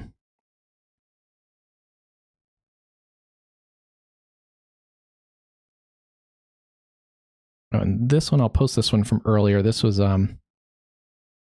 actually this one is a little bit worse. This is wind damage at the hospital in Savannah, Lamar in Jamaica. I don't know if that's the full hospital facility. It's probably part of it. It looks like maybe an outbuilding of the hospital. The wind just earlier today completely ripped off the metal roof of the hospital or side building of the hospital. And that one does not look like AI. It looks like it you can see the wind kind of ripple under the eaves and then just completely peel away.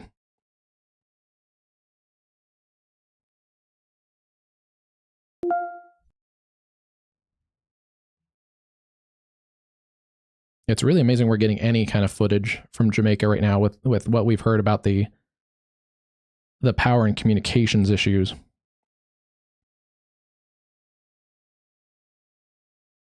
There's other videos on social media that I'm seeing that don't look fake. Again, you never know these days, but there's a lot of ones of like metal roofs and stuff flapping in the stronger winds.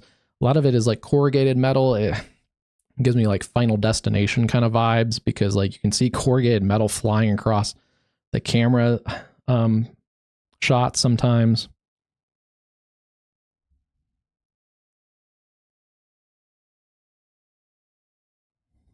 I don't know. I can say like obviously don't go outside and take video of things like that, but I don't know.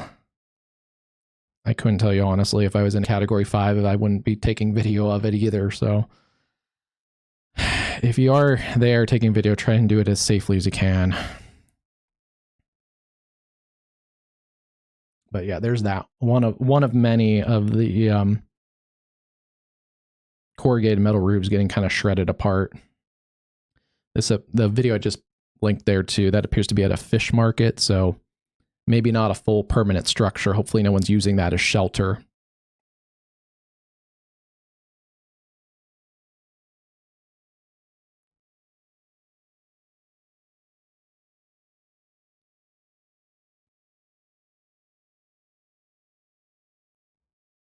All right, I've been talking for quite a while. I got to get a drink real quick. Let me go grab a drink. And we set up the stream, and as we were setting up the stream, it went tornado warned, and I just kind of rushed the stream to completion and did not get my normal lemonade and drink set up here.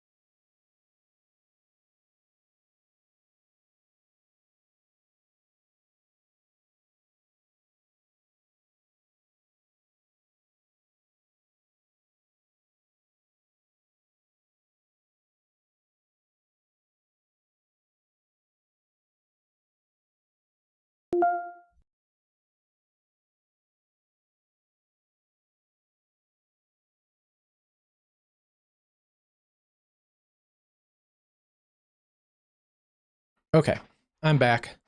Yeah, got a quick drink and a candy too. So if you see something in my cheek, it's candy.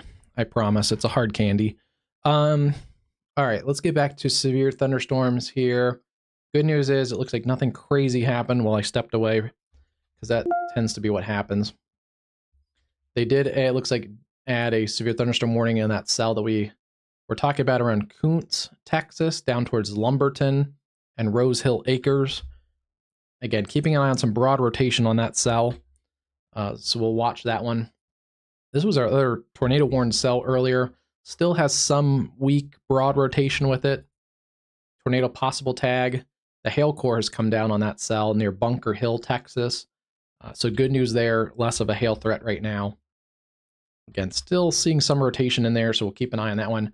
Coming towards Hartsburg, Forest Heights, and Deweyville. And again, we can start to see, I think, the higher clouds on the Lake Charles camera there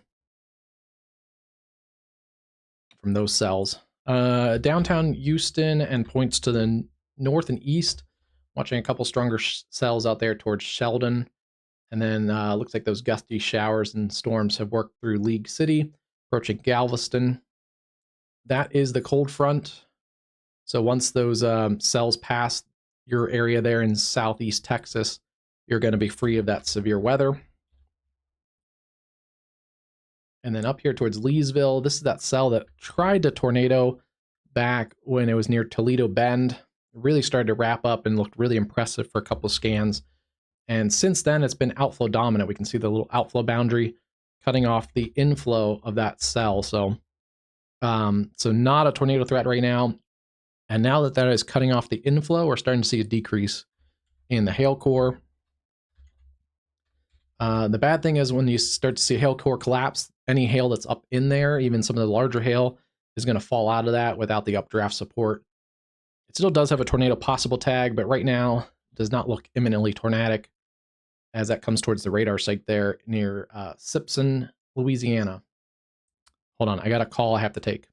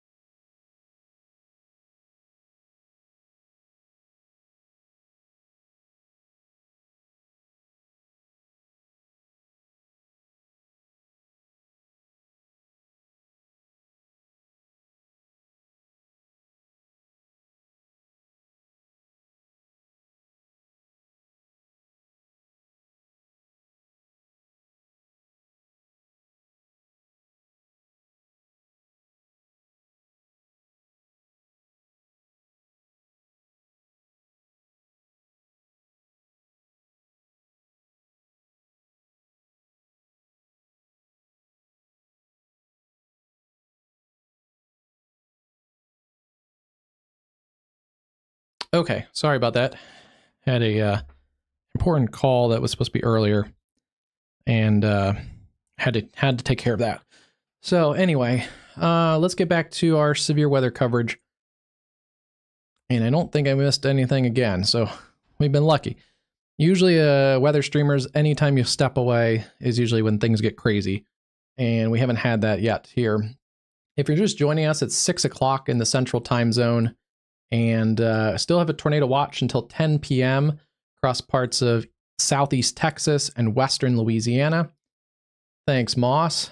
Yeah, sorry that got a little longer than I expected on that call. Everything's good. This isn't quite to the level of full-time business, so I got other business that has to get done sometimes. But anyway, let's see. Yeah, no tornado warnings looks like in the last couple minutes. So that's good there. And this cell, though, is still pretty beefy, approaching areas around Beaumont, Texas, and then the state line here around Vinton and Orange along I-10. Quarter-size hail, maybe a little larger hail. It had rotation at times. Looks like the rotation's weakened a little bit there. And then that cell that was tornado warned originally, now below severe limits as that crosses the Sabine River into parts of Louisiana. And we can see that on this camera here. And I will try and switch cameras, see if we get a better visual in that storm. The Lake Charles camera is a pretty good one. It's on the bridge over Lake Calcasieu there. So it has a little bit of elevation, but let's see if we can get a little closer to that storm. Yeah, there's a better look at those severe storms into Texas here.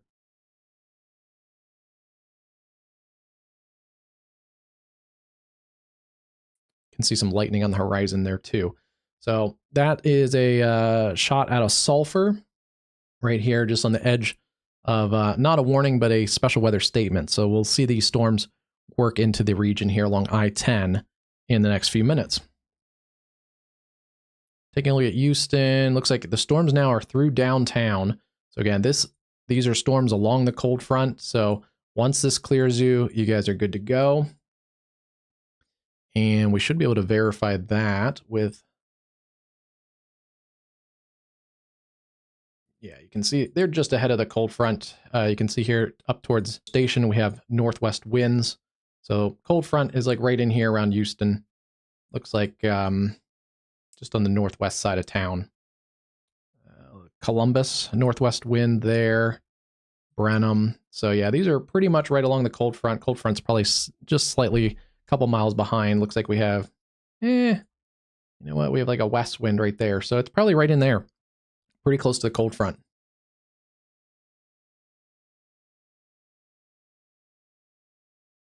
Yeah, I have WeatherWise pulled up too, mostly for... I've been using WeatherWise a little bit more recently too. They both have main radar here is on Radar Omega, but I've been using WeatherWise for some of the models that are really easy to see. And then they recently on WeatherWise put the spaghetti models. So now you can see the spaghetti models for the tropical systems. Not much has changed there, but these are pretty useful. Click on the satellite. You can see it's now over the open water again. So now we'll see what happens with Melissa. It doesn't have a lot of time to strengthen. As it gets out over the open water, there's just not much between, not a lot of time between Cuba and Jamaica, but yeah, it does look healthy.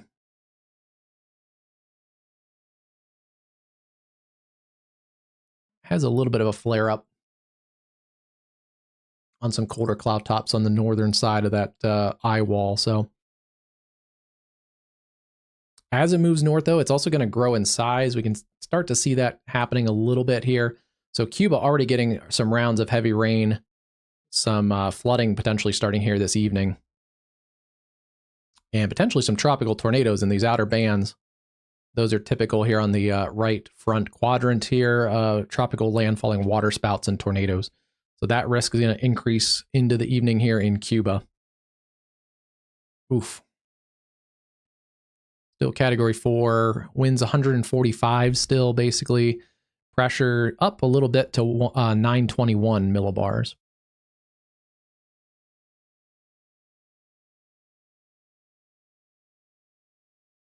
Yeah, that's nice. I can switch back and forth.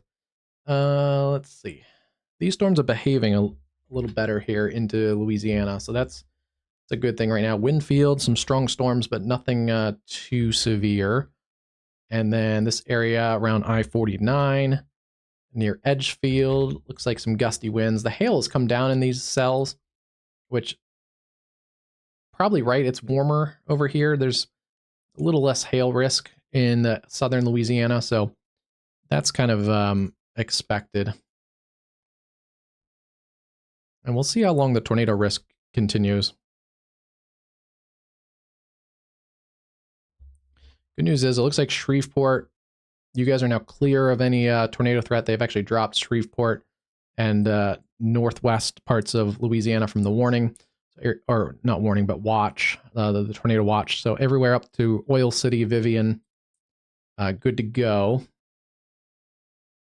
And then I do want to look here and see how this warm front is behaving. Yeah, our warm front has not moved like some of the models showed. Our warm front is kind of still right in here, it looks like.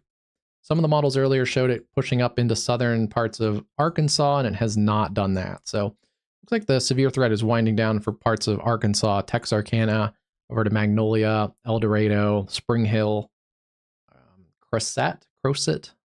Those areas are north of the warm front, so really a lot less severe risk up there.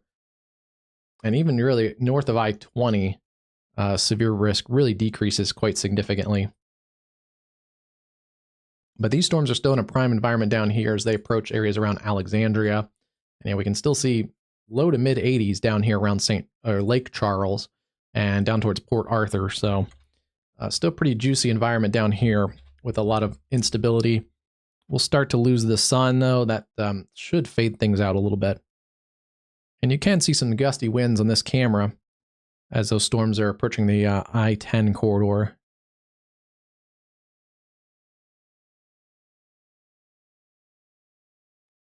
We're looking at those from the forward flank, so that's why there's not a lot of definition we can see in there. It's mostly just rain.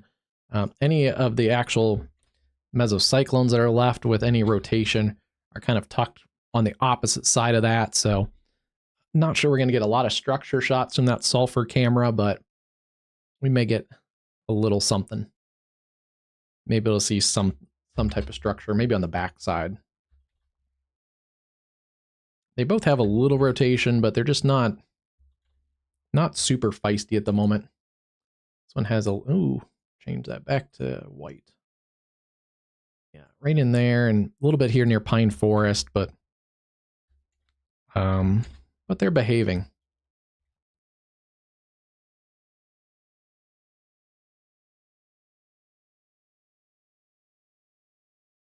This is our tornado possible tag on this cell that's right over the radar site. So let's see what it looks like. It's kind of a dying cell, but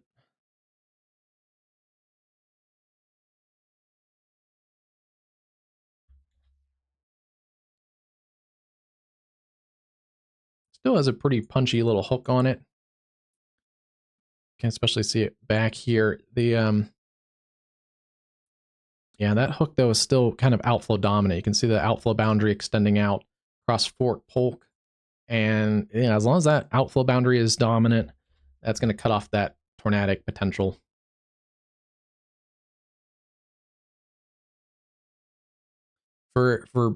Yeah, the free package is actually really, it has quickly become one of the better free packages for weather software. So yeah.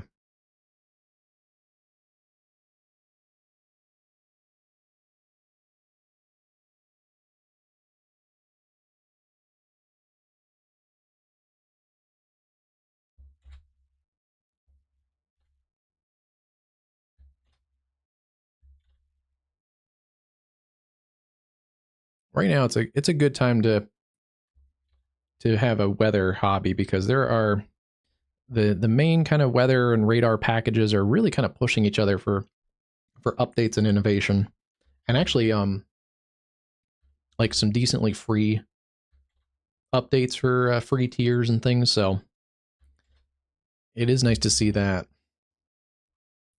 They've actually dropped the severe thunderstorm warning on this cell near Pine Forest. It could still have some hail in it. Yeah, the hail has come down on that cell. That's good to see. There's not as much CC drop that I kind of sometimes wrongly use. There's better products to use for looking at hail cores, but I just kind of quickly, because it's like one key away, try and see it in the correlation coefficient. There is some hail in there, but it's not a very severe hail core.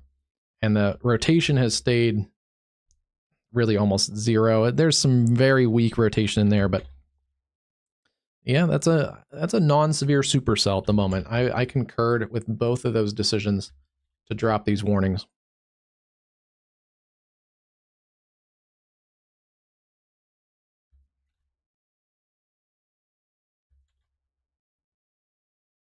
This also means these two stronger cells may go west and south of Lake Charles. So Lake Charles may be out of the worst of those cells. Interesting.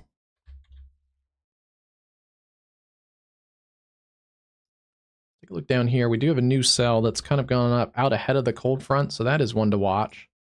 This one is right near Treasure Island, Texas. A little bit of a supercell going up here. A little rotation on that back hook.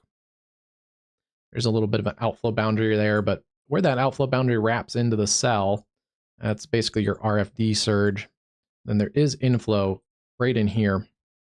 The good news is it doesn't have long till it's out over the open water of the Gulf, but areas around Treasure Island, Point West, Lazy Palms, keep an eye on that cell. It's currently has a special weather statement, winds up to 40 and pea-sized hail. And the hail is not a big threat there. It'd just be, is some rotation in here. And we're fairly low level, but yeah, wind's going towards the radar and away from the radar. Back in the actual core of the cell, there's a little bit more of a downburst situation. You can see winds going towards the radar and away from the radar. So a couple things going on in that cell. There's your rotating mesocyclone and your updraft. And then there is your kind of like forward flank body downdraft really showing up.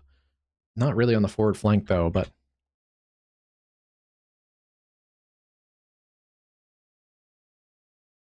yeah, both of those are showing up, which that checks out. If you have a thunderstorm, it's going to have its updraft over here, and the updraft carries usually tilted a little bit up into the storm, and then eventually there's downdraft air, and that comes down ahead of that updraft, and that's what also enhances the rain, but also then spreads out when it hits the ground. So that's what you're seeing there. Downdraft there, a little bit of rotation there. Really interesting. But yeah, I have seen times, that's why you do have to take a look at a lot of radar, because I do see sometimes people will send or post pictures on social media and be like, there's rotation right there. That's actually because they see the green and red next to each other, but that's actually a those green and reds are separating, they're not converging, so they're diverging. This is different here. There's convergence, and that's where the rotation and updraft are.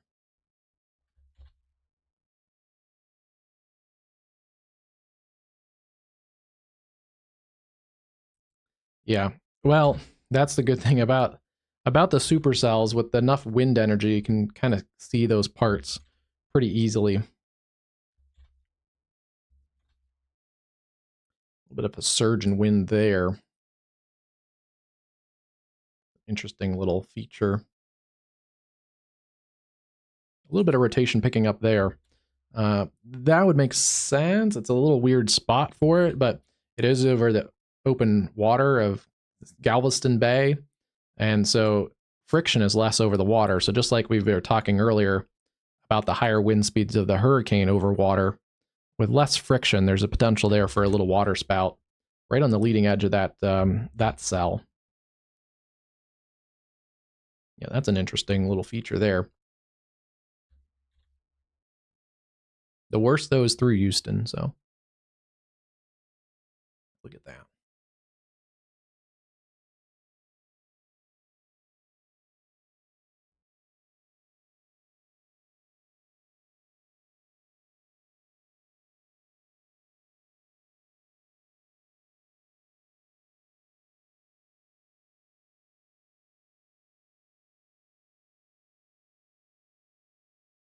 Trying to see if we had any visual yet left, but it is after dark there, so no visual on the satellite anymore.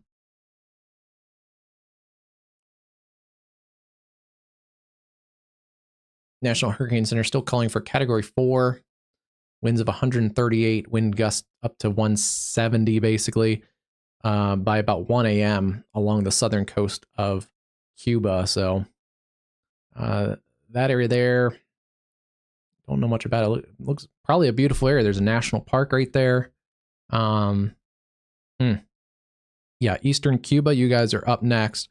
The worst for Jamaica should be winding down here in the next couple hours, but you're still going to get the back end tropical storm force winds for a lot of the evening. So now that it's getting dark, it's just best bet to stay in your safe place there and just wait for tomorrow morning if you have a safe place and a sturdy structure, because there is flooding ongoing beyond the winds. So as the winds calm down, there's still going to be heavy rain and flooding.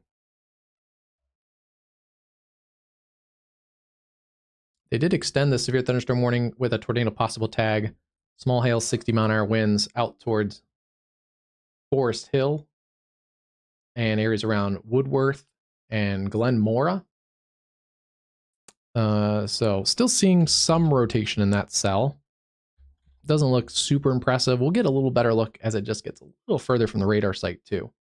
It's almost too close right now, but that area around the Fort Polk radar, Leander, Prince Crossing, out towards Bringhurst and Forest Hill. Keep an eye on that cell. Want to be in a sturdy structure away from windows. And a little bit more of a line segment, some wind showing up in that one, but nothing nothing too crazy there for wind or for rotation.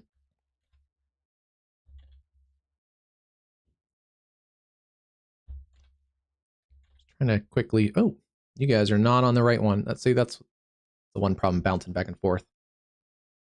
That cell is the one I was just talking about. Too close to the radar to really see exactly what's going on. Right in there is where the rotation would be. But that's headed towards Forest Hill, Glen Mora, and Woodworth. That cell that we've been watching for a while. None of these other cells look too crazy. Yeah, just some wind showing up.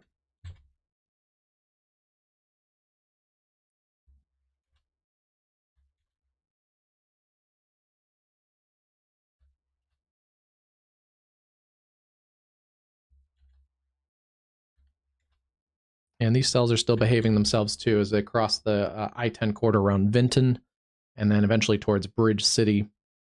Again, we're kind of seeing that on the camera here as that crosses the perspective on I-10. Haven't seen a ton of lightning, at least showing up on the camera.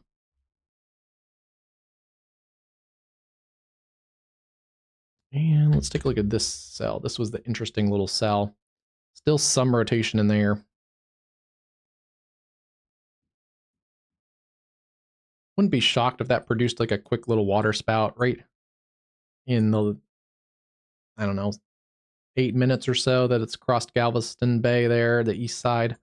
Right in there, a little bit of an enhanced area of rotation.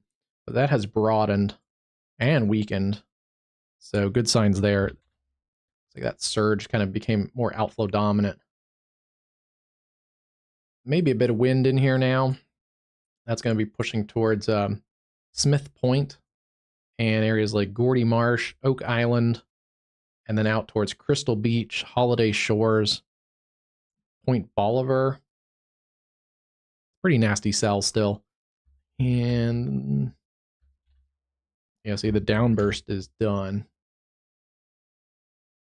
The downburst, I think, has cut off that rotation too.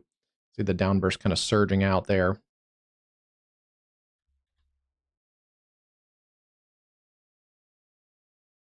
Yeah, that's surging out. Some gusty winds in here near Terramar Beach and Treasure Island, Texas. Wow, this has really unzipped a little bit. The cold front all the way down through Victoria, Texas. Pretty solid line of storms, but none of them are very severe down here. This is a little bit further away from those upper level dynamics. So, yeah, that's a little bit more of a feature up here.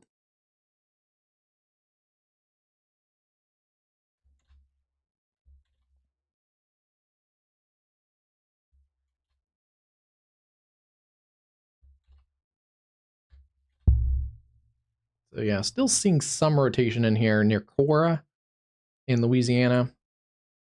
Approaching Calcasieu, Union Hill, Glenmore, Forest Hill. But this storm has really just maintained itself. It's weakened a little bit. The rotation is really just kind of maintained.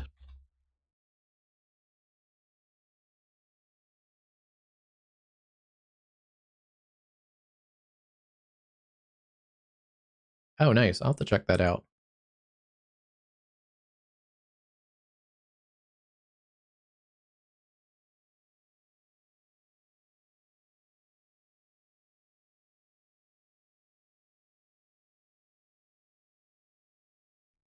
That's one thing I always try and check, especially because we're not focused on one particular like city or anything like that. I'm bouncing around a lot of times, so sometimes I do even just have to double check myself if I've zoomed in too much where a radar is, but like over here. Things can get reversed pretty quickly if you don't really keep an eye on where your radar is in perspective.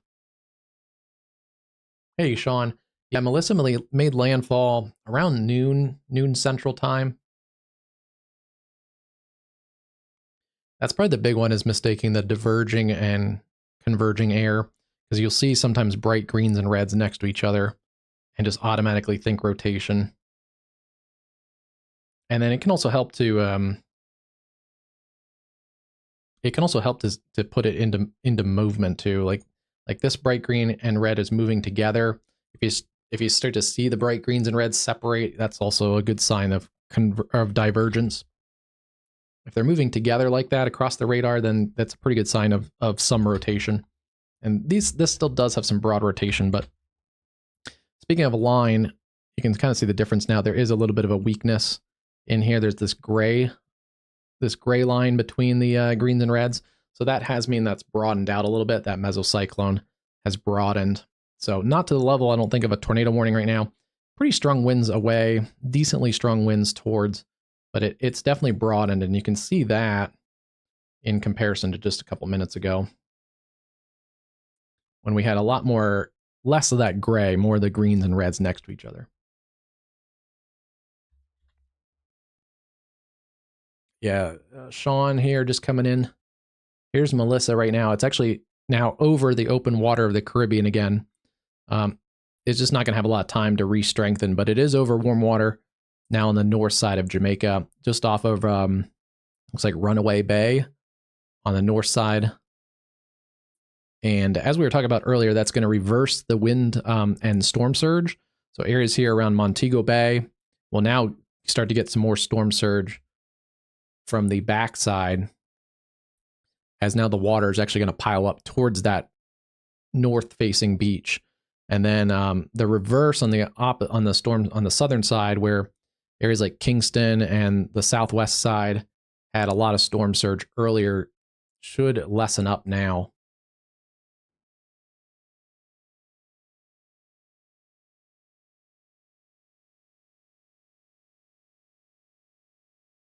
Still a really nasty Category 4 storm. Winds 145 miles an hour. And making landfall at the lowest pressure of any hurricane in the Atlantic Basin, tied with the 1935 Labor Day hurricane.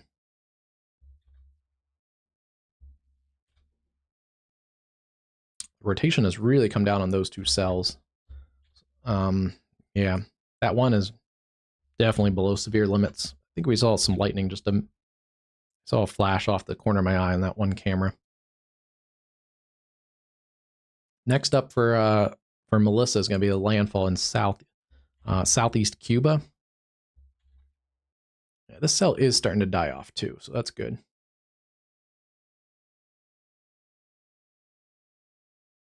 This may be our strongest cell here ongoing at the moment. The one that's approaching Smith Point and Gordy Marsh, Oak Island. Has some rotation, but it's mostly a wind threat here on the leading edge. And let's see, this is, yeah, it's probably got 30, 40, maybe even 50 mile an hour winds on that leading edge. So it's probably just below severe limits. But you can see on the reflectivity, it does have a little bit of an embedded, you can see in the darker shades there, it does have a little embedded area of rotation.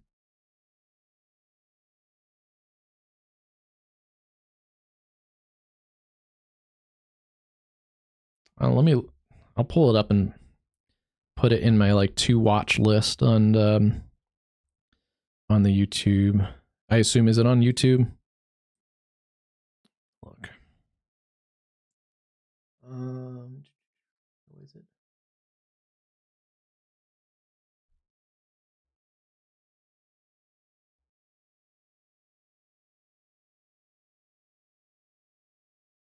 Skip. Okay.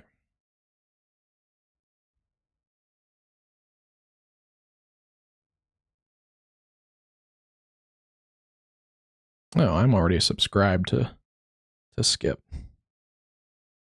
Okay, I probably just, yeah, should go watch some of his stuff then. Let me, I was going to do some how-to videos on looking at radar too, but let me, there's a good one. Let's see.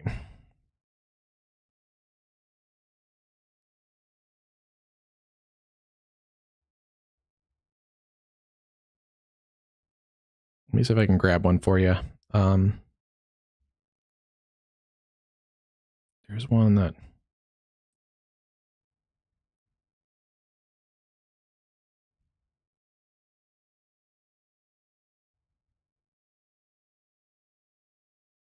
okay, this one is one.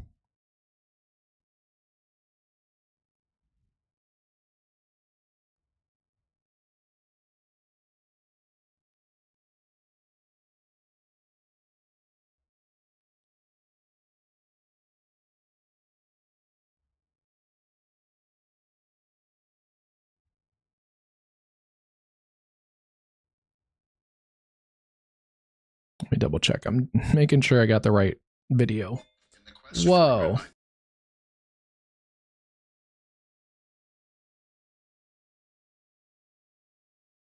That ad was so loud. All right, hold on. I'm checking a video, making sure it's the right one that I remember. But I remember I even saw a clip of this video in class once, like years ago. Let me double check it.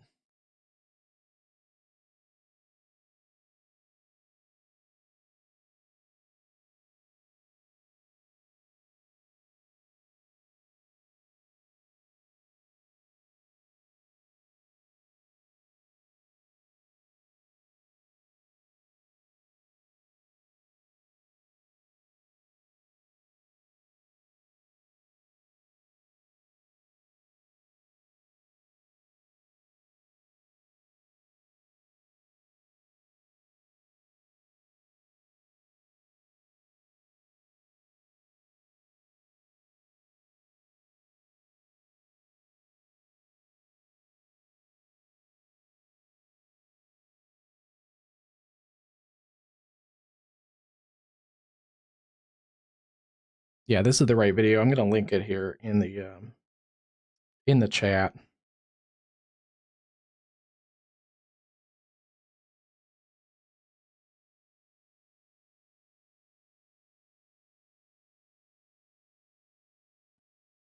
Come on.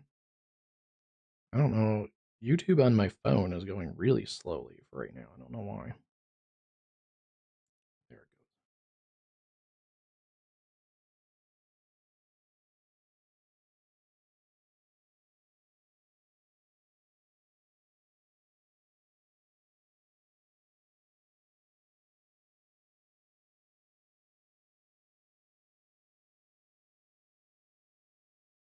Okay.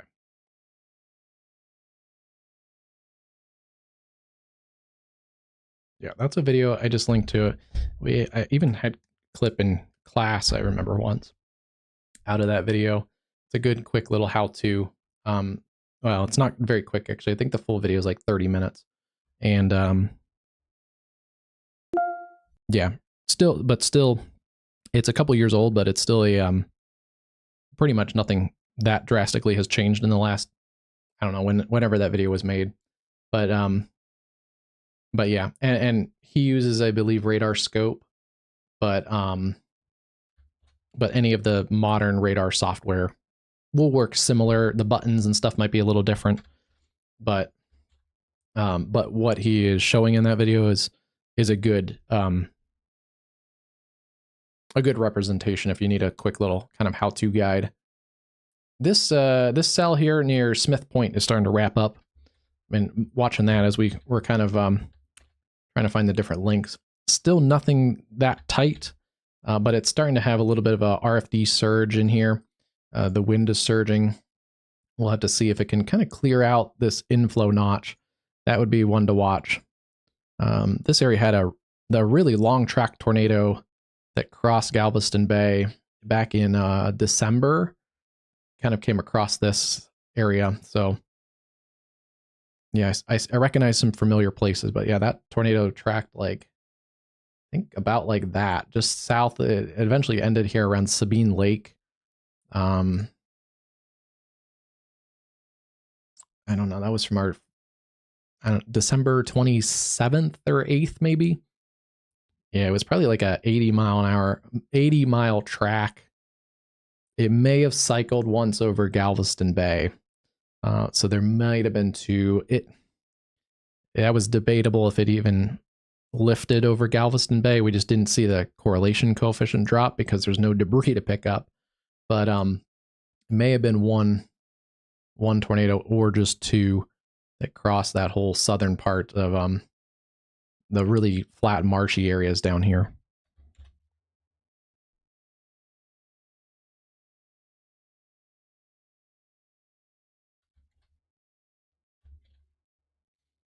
Those storms are still kind of behaving themselves. Looks like, yeah, it's definitely darker on our camera here. We're seeing the rain and wind. This is out of Sulphur, Louisiana.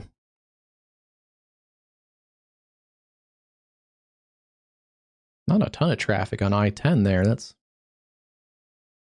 maybe people beat the storms home.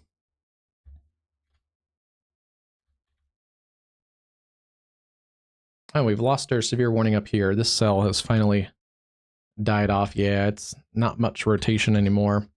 It's really just kind of a shear line at the moment, and the hail core has come way down on that one.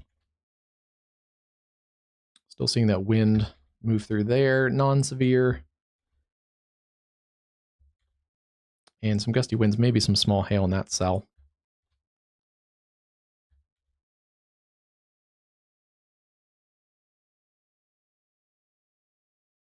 Yeah, let's check this little supercell too. Still some rotation in that cell near Terramar Beach, Point San Luis, but not much. And then we do have a new special weather statement for that cell that we've been tracking.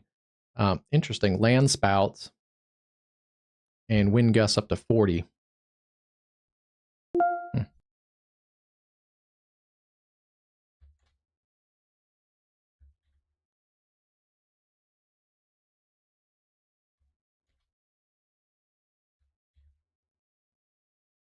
Surprised it doesn't have a special marine warning also. Should for this area around Galveston Bay for water spouts as well. Wouldn't be surprised if they add one in there.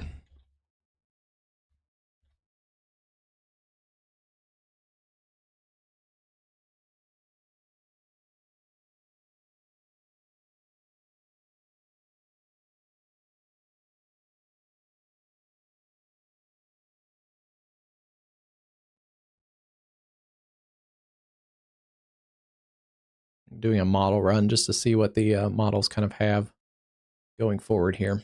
Okay, let's take a look at this all together. So there's today. There's when those storms kind of fired up this afternoon.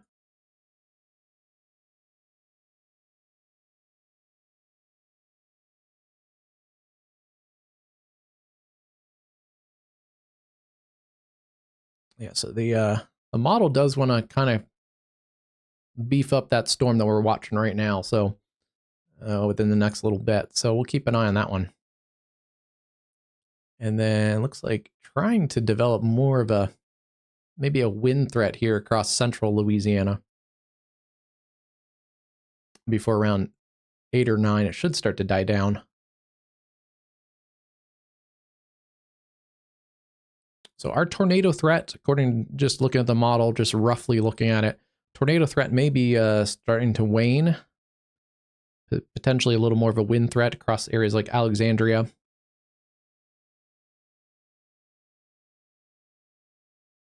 But still, I think potentially a tornado threats here across southwest parts of Louisiana and extreme southeast parts of Texas. Basically around Lake Charles over towards Eunice, down through Beaumont, Port Arthur, and really coastal parts of Texas.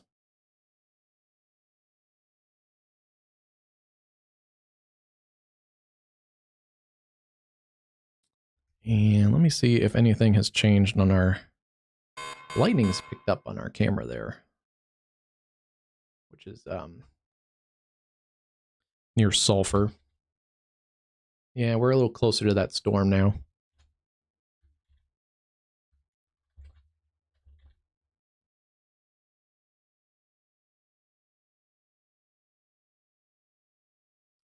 New warning for that cell up here near Ola and Jenna, Louisiana. Tornado possible tag, and also quarter-size hail, 60-mile-an-hour winds. Yeah, a little bit of an inflow notch in there.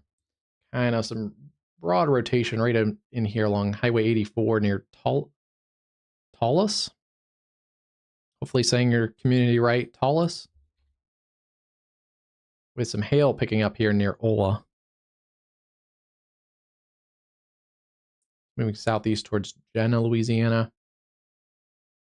Catahoula Lake, also in that warning.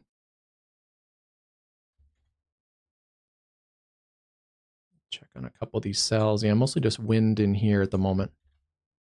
A little bit of rotation in this cell near New Lano, but it's pretty weak. And they're going to flag this whole line here for a special weather statement. 50-mile-an-hour winds, pea-size hail. Again, not quite to the level of severe warnings. Severe warnings start at 58-mile-an-hour winds. Typically, we see it 60 plus listed on the warnings. And 1-inch hail, quarter-size hail, and we're not seeing the larger hail cores in there right now.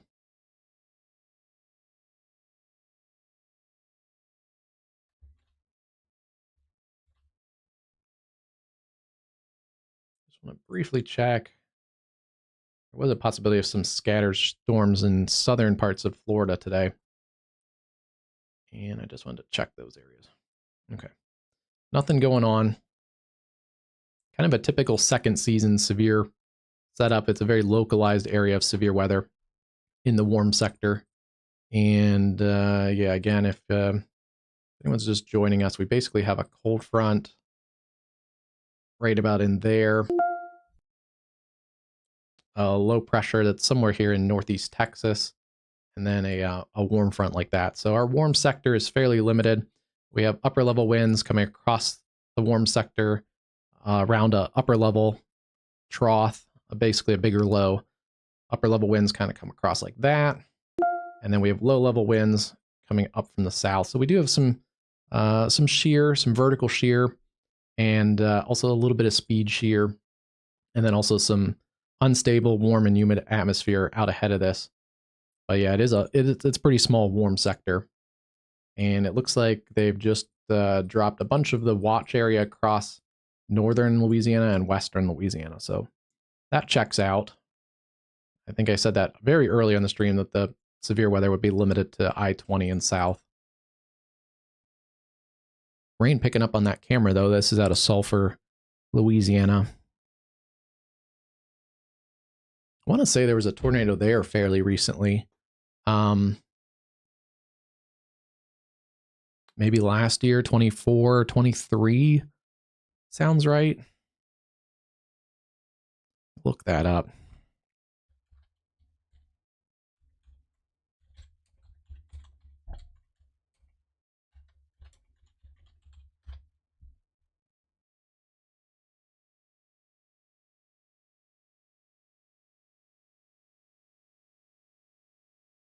Oh, well, there was one the other day in Sulphur, Louisiana, too, in the overnight hours into Sunday. EF0 touchdown in Sulphur near I-10.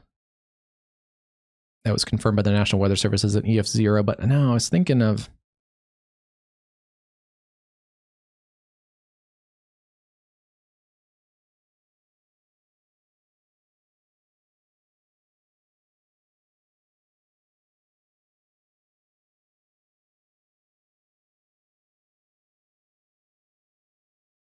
Okay, this is the one. EF2 tornado in Sulphur. Winds of 111 to 135 miles an hour. That was in, let's see, May 13th, 2024. So yeah, I knew it was fairly recent. Alien.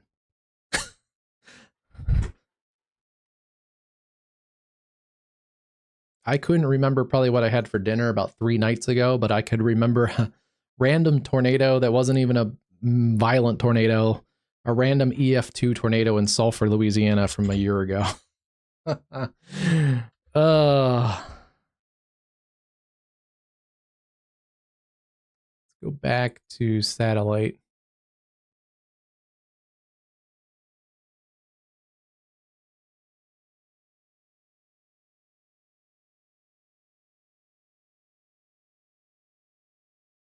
Interesting here. When you've been in weather long enough, I actually remember some dates just based on different outbreaks and different tornadoes. Like, oh, that was the day of the Ohio Valley outbreak of 2008 or something. Like, it's pretty funny, but interesting here. This is deviating. I just looked at Melissa here. Here's the center line for Melissa for the National Hurricane Center forecast. And this is started to pull a little more towards the northeast, and they've just, it looks like, re-upped it. But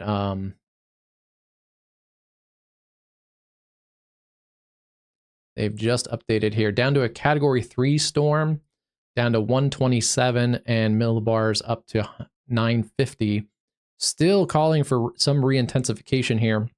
We'll see if they update that more, but still calling for a Category 4 of winds of 138, gusting close to 170 here by 1 a.m. as that approaches the southern coast of Cuba.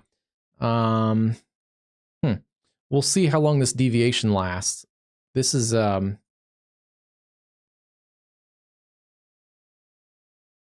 there's always little wobbles and things, but this has actually been a fairly steady deviation the last couple hours. And it's technically kind of on the, here's their forecast cone. The eye right now is really crossing the edge of that forecast cone. So we'll see if any major shifts in the forecast cone happen. But yeah, that doesn't take an expert. That could have some implications here in Cuba. Where is it? Too much stuff going on there. Yeah, so if the eye is right here now, and the forecast cone takes it this way, if it keeps going this way, that's going to it's going to be some issues. That's going to bring more parts of eastern Cuba potentially into hurricane strength conditions. We'll see if it starts to curve back more towards the north, or if it continues more of this northeast movement. But the further north and east it goes is also going to bring Haiti into more heavy rain, more flash flooding, and potentially some stronger tropical storm force winds. So that is actually a fairly significant deviation of where it was on the old forecast cone. And they've just kind of readjusted the forecast cone as we've been talking. They're still calling it to pull more towards the north and then east, but it's been going like this more. So it's going to have to pull again pretty tight here. It's going to have to really make like a turn to hit that forecast center line again.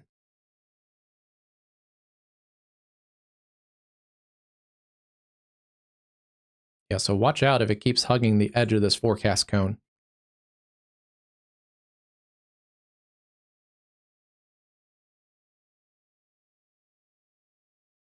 It's actually the other trough, a little bit, but let me see. Go back to the models. It's actually the trough that caused the severe weather over the weekend. That trough is now over here, kind of off the coast of Florida. It's actually creating a little coastal low that's going to scrape across the Carolinas. But yeah, it's really this first trough that's kind of really the mover. But the second trough is helping. Let's see. Let me go back and get the. There you go. Yeah, you can see the trough is kind of weak right now, but and the surface low is developing here. Coastal low, non-tropical coastal low is going to work its way up across the northeast, kind of a little nor'easter type of situation the next couple days.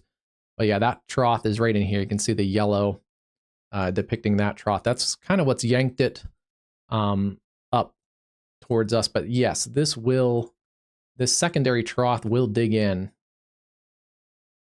can see it really kind of reinforces in here. And then there it goes. There goes the hurricane.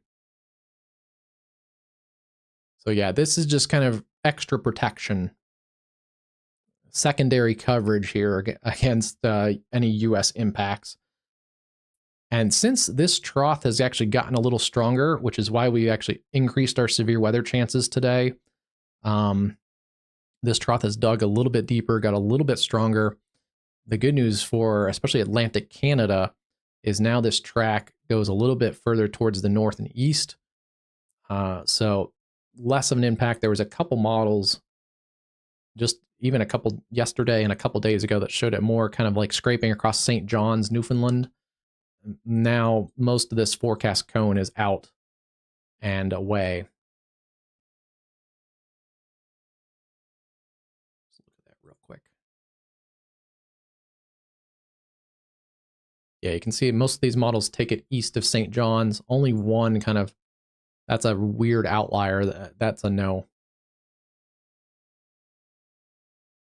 It's not going to do that. It's not going to pull up towards the north like that. But yeah, so most of these models take it all out east of Atlantic Canada. And that is in part to this trough. This trough is also going to dig in and reinforce the coastal low. So this is, what is this? This is a 30th. Yeah, this is Thursday morning. And you can see the upper level part of that trough digging in here around West Virginia. The nose of that kind of incorporating into the surface low. It's going to be a gusty, windy, nasty kind of end of the week here for the Northeast.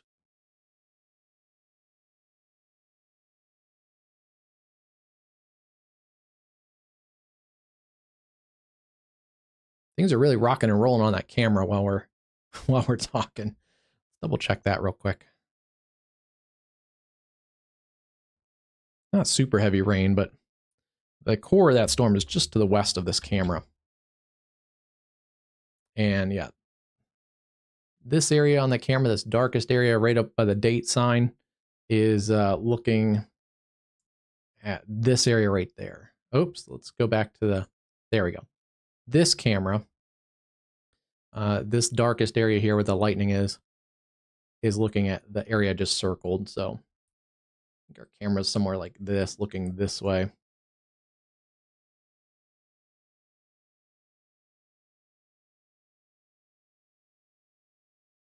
Yeah, no problem.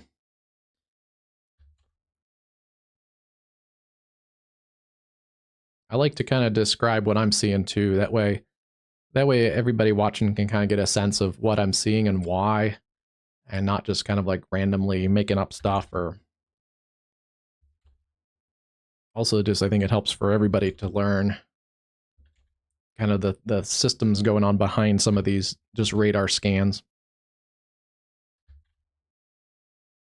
Couple special weather statements. Let's see, water spout potential there off of that San Luis Pass. That's that little supercell we'd been watching for a while. It's actually ramped up a little bit as far as the area of rotation again. That was the one that had the convergence and divergence in the same cell. It's it's weakened significantly, but it's actually rotation has picked up a little bit. Good news is it's about out. It's right over San Luis Pass right now. There could be a water spout, but it doesn't look that tight yet, but that's going to continue out into the open water, so no threat after maybe the next couple minutes. It's getting pushed here by this line of storms. And then good news here, this storm that has the special weather statement for land spouts. Again, surprised it doesn't have a marine warning for water spouts, but it is a outflow dominant storm here again. And you can see that surge of wind. And also that backward C shape also indicates a pretty good surge of wind. The strongest of that is now offshore, off of Crystal Beach in Texas. So some good signs there. The strongest storms in Texas look like they're leaving the coastline. Otherwise, just some general showers and storms all the way back down through Beeville, Texas. Oh, wow. You can really see the... oh, that's great. You can see the cold front. Yeah, look at that. That's cool. Cold front right along here. And then this looks like sea breeze front pushing from the sea over into... so we may get a few more storms developing right here where the sea breeze and the cold front all come together. That's going to be just enhanced frontal convergence and lift. And a new tornado warning. Okay. So yeah, that cell that is right over San Luis Pass and Treasure Island. We called you guys a long time ago, Treasure Island. Enough rotation here that they're going to give it a tornado warning. We're pretty close to the radar site still, so it's low level rotation for sure. I just wasn't sure if they were going to give it a tornado warning just because there's not much land here. There's really only like this little tiny bit of land, and the rotation is just about over the open water. So they will likely, let's see. Oh, I don't know if I've ever seen that. I'm sorry, I'm not laughing at a bad situation. They have made a tornado warning that's only 7 minutes long. I don't think I've ever seen that. That is like creative. So usually they'll put it out by like 30-minute increments or 15-minute increments. I don't know if I've ever seen a 7-minute tornado warning. But that is impressive. That is really creative. Yeah, because this is going to leave the land within the next 7 minutes. Probably like right now. It's about out right now, but yeah, it fits the situation for sure. I don't even know if it technically fits this. I think the rotation here, just by the look of it, is actually just offshore, but it's close enough to land that it fits we'll go with it. It fits the situation. Yeah, that is bravo. That is the National Weather Service out of Houston there.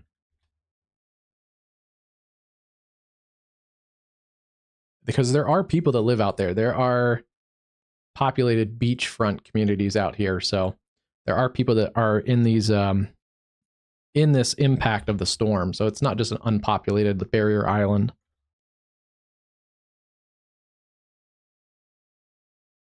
Yeah. Wow. That's good for them. I don't know if let's see. Yeah, it's going to probably be impossible to get any kind of correlation coefficient. The area of rotation is in here, and it's pretty much over the open water. So unless it kicks up some sand or something, we really wouldn't see if there's a tornado / water spout ongoing. Yeah, that's great.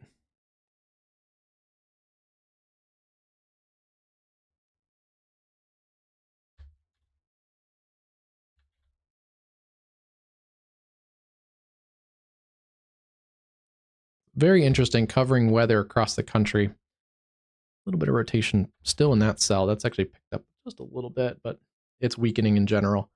It's really interesting covering weather across the country to see how these different... there's kind of a little bit I have always kind of thought there should be a little more standardization amongst the weather service offices, because some offices do stuff really creatively and are better communicators than others. So it's very interesting to see the differences between offices.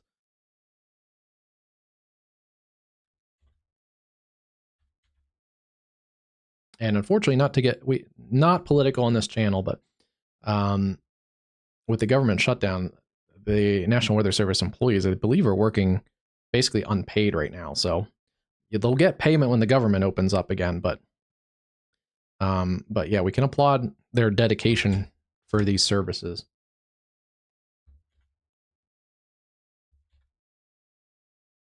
Although they may get, don't quote me on that fully, they might get paid now. I don't know if they do or not, because they reclassified some of the National Weather Service employees um, within like the public safety and security kind of like classification. So don't know exactly how they're doing that now. New severe thunderstorm warning for 60-mile-an-hour winds around Rose Pine, Louisiana.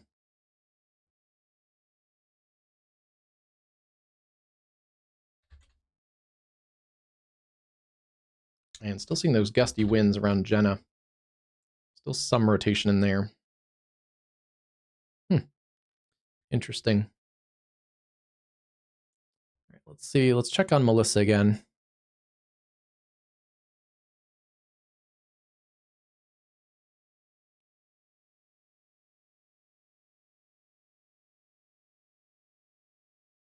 It is not deviated from that course yet. It is still pulling to the northeast.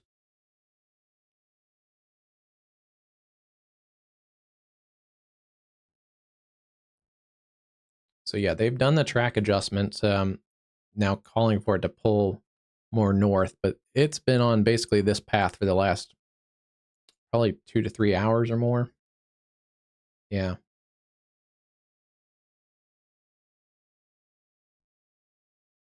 And it's about to, the center's right in here. It's about to move north and east of the readjusted track. So this could be a bigger movement than a wobble.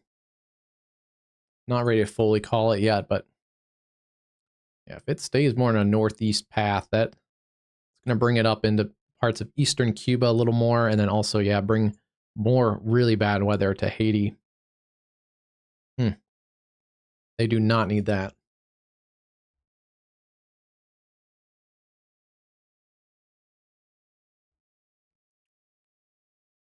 All right, let's check our only tornado warning going on right now. And this is one of those situations where the rotation, I think, picked up because it got more into the open water. As we mentioned, friction is lower over water than land. So it's definitely benefited from the lack of friction over the water. And there is potentially a water spout ongoing. It's tight enough that it's hard to say what's going on in there. Again, we're not going to see anything on the correlation coefficient, but it's an organized area of rotation enough that I wouldn't be shocked if there's a water spout from it.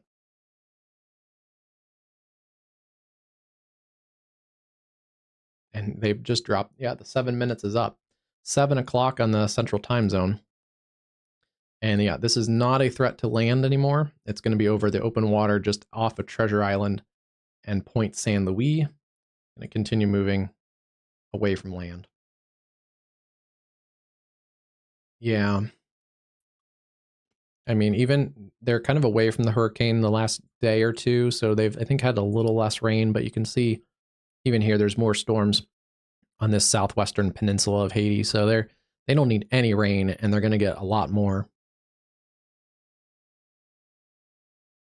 The one good thing is, yeah, if this slides a little bit more toward, eventually it's going to dry out a little bit here on the backside, so it's not going to be a prolonged flooding event, but yeah, it's already been a prolonged flooding event.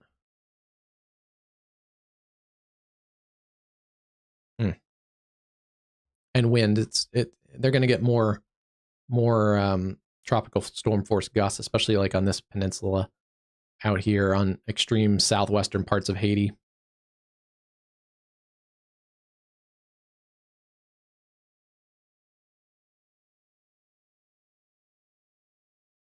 Hmm.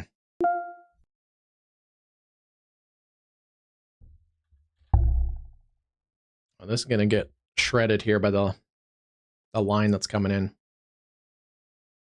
Yeah, look at this. It's already starting to, but here's the line of this line of cells behind it. And that's just going to basically right along the cold front undercut the updraft and take that cell out. It's already kind of doing that for that cell that's now off of Crystal Beach. A lot less wind energy in that.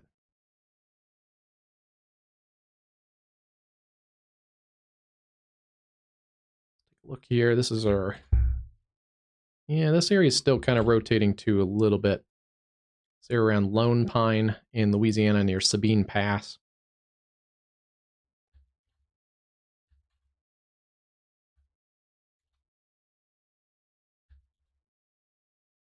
Let me see if we have any kind of camera that has that shot. Let's see. I don't think we do, but let me just check.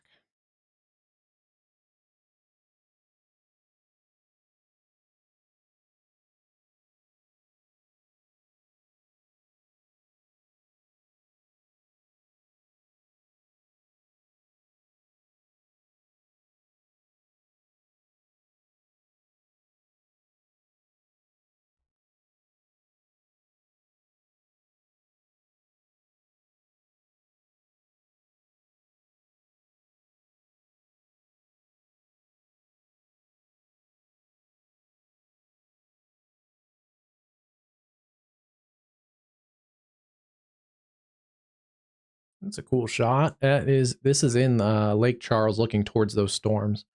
So probably not going to see anything from this far away, but just an interesting shot. You can really see they are kind of low top supercells with the sun and everything behind, illuminated kind of behind the clouds. That is, let's see, that is a camera right about there. So yeah, we're seeing the backside of these storms. There's two storms kind of in here. But yeah, especially since the stronger storm with a slight bit more rotation is on the far side, really not going to see the structure of that one, but it's a cool shot.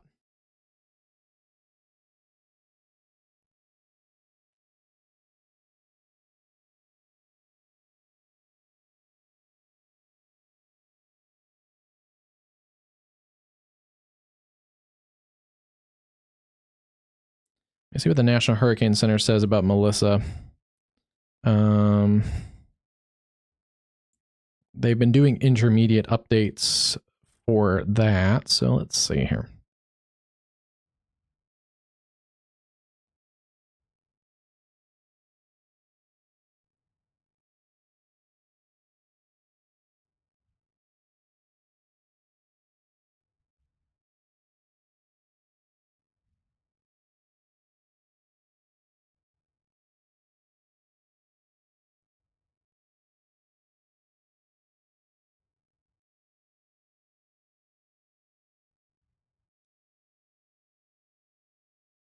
All right, here is the latest about 20 minutes ago from the National Hurricane Center. Let me get the update. Don't believe much has changed, but let's see. It's about 160 miles southwest of Guantanamo, Cuba. Sustained winds down to 125, so that has changed a little bit. Max or minimum central pressure up to 950 millibars. So it's come up a little bit. It's weakened a little bit again. And then where is the direction? It is still moving north-northeast at 8 miles an hour, so it has increased speed a little bit.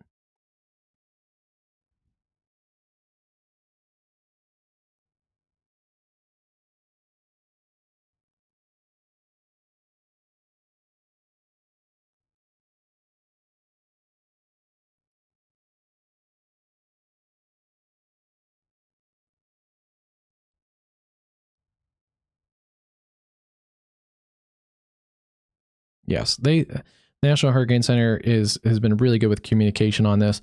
They actually are saying the same thing that I suggested earlier. Damaging winds are expected to gradually subside across Jamaica, but it is advised to remain in a safe shelter until sunrise. Because, yeah, you just don't want to go out at night, even if the winds die down, because, well, as we talked about earlier, there's crocodiles in floodwater. There could be power lines that are live that are down in floodwater. There's all kinds of debris. So just it's best to just stay in your shelter until sunrise. Hurricane conditions are expected in the warning area in Cuba later tonight through Wednesday morning. Tropical storm conditions are expected in Haiti tonight and Wednesday, so it's going to go downhill in those areas. And then hurricane conditions are expected in southeastern and central Bahamas on Wednesday, with tropical storm conditions expected and potentially hurricane conditions possible in the Turks and Caicos on Wednesday. Additionally, hurricane conditions are possible in Bermuda on Thursday and Thursday night. An additional 6 to 12 inches of rain is possible across Jamaica. Storm totals anywhere between 12 to 24 inches of rain. Isolated areas over 30 inches of rain possible in the mountainous terrain. Ongoing catastrophic flash flooding and numerous landslides will continue through Tuesday night.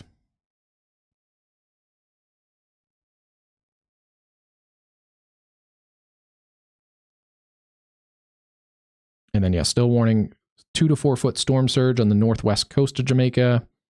We talked about that earlier. Potential for a significant storm surge along the southeast coast of Cuba through early Wednesday.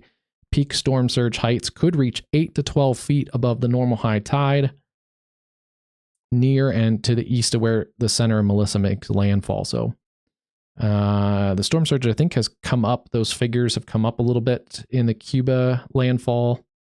And then also storm surge of 5 to 8 feet above normally dry ground is possible across southeastern parts of the Bahamas on Wednesday.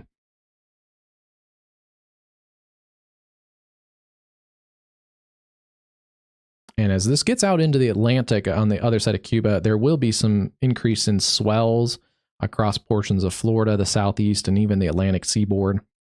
I don't think we're past the time that people are swimming, but just be aware of that if you're boating or have any interest along the East Coast into the later half of the week.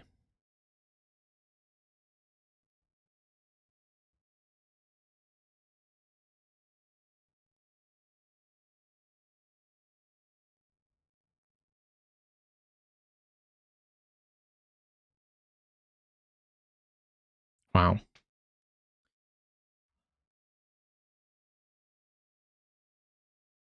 Still making that northeast push.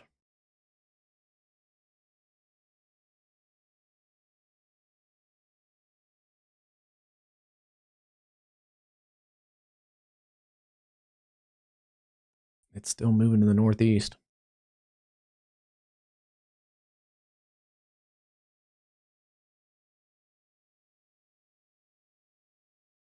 Tonight, about 1 a.m., I think, right? Yeah, 1 a.m. tonight. It's going to continue to increase in speed. Although, I guess the technical timing, it could be a little later than 1 a.m. Its closest point here, it would landfall at 1 a.m., but if it continues, get that off of there. If it continues more on a northeast track, that's going to stretch out the time because there's just more. That could stretch out more time over open water too. So that has also some intensity impacts as well. If it starts to turn and just head straight for Cuba, or if it spends a lot of time over land or over water, that could be a bigger issue. But they are forecasting some strengthening here, as it's still forecast to be a Category 4 by the time it gets to Cuba. And I think we're starting to see that again. It looks like the eye is starting to clear out. It's covered up right now, the eye, but we are starting to see some warming there in the cloud tops. And so, yeah, I think it's starting to clear its eye again, which means that it's probably going to start to undergo some strengthening. a little more well-defined in the eye again. Still a super, it's, even though it's been impacted by land, it's still a crazy symmetrical hurricane. It is almost a donut, and it's been like that for a while now, for 24 plus hours. I guess longer than that. It's probably closer to 36. They're going to probably keep shifting this cone. They already shifted it once or twice since we've been on. And if you can see where the center line of this goes, it's now crossed the center line and headed back towards the eastern end of the current forecast cone, which is like right in here. So if it continues more towards the northeast, I'm kind of ready to call it more than just a little wobble. It's been consistently north and east for the last 3 hours or so, at least.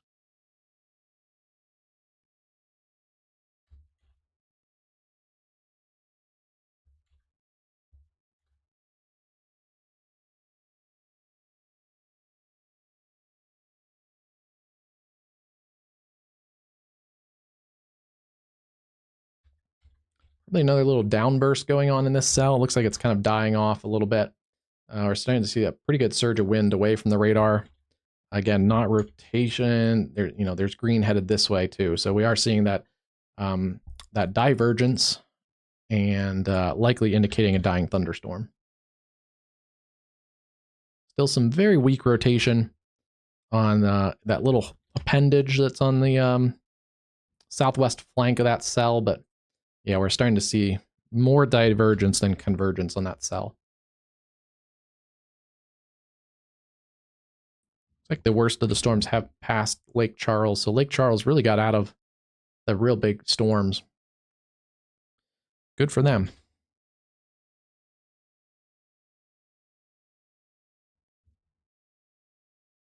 A little bit of a spin in that cell still. What's going on in there? Oh yeah, that's the one we were watching earlier.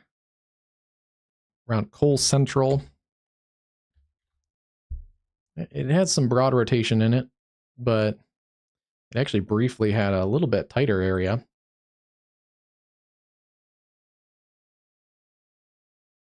But it's actually broadened out too, so that's good. Good sign there.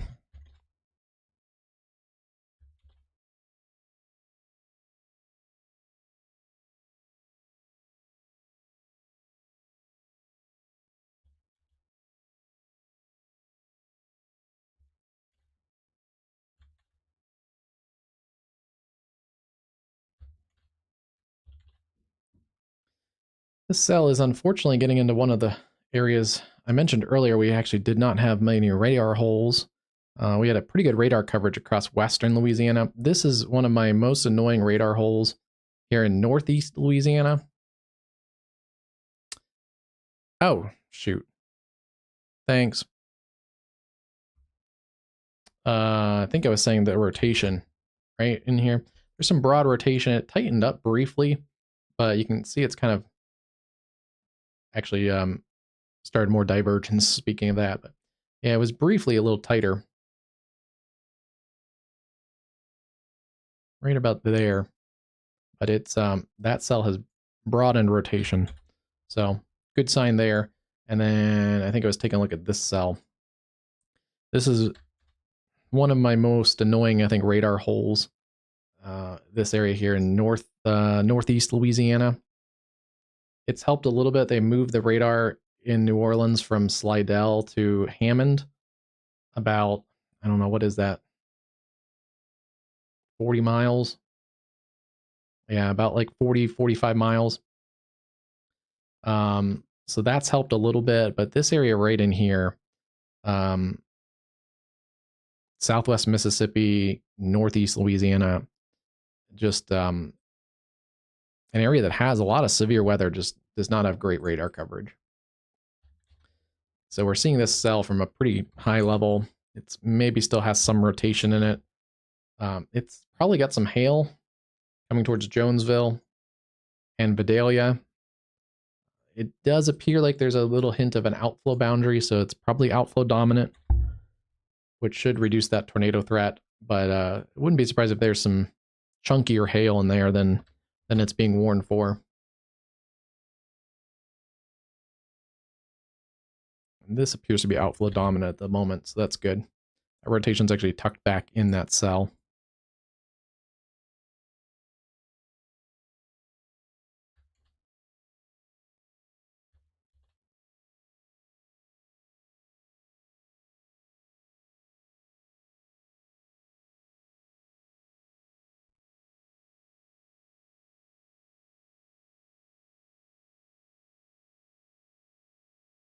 I have to watch that Melissa and see if we start getting any kind of pressure variations. We start to see the pressure drop. That's a sign of strengthening.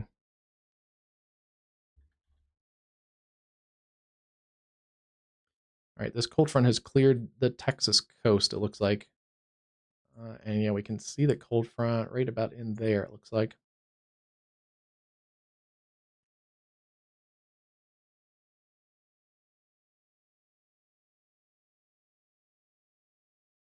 And we can clearly see the cold front here.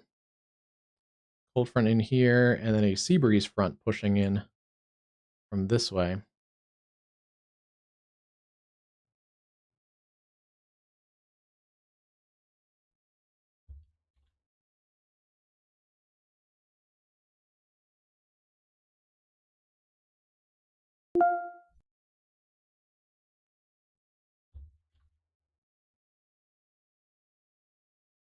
Let me look.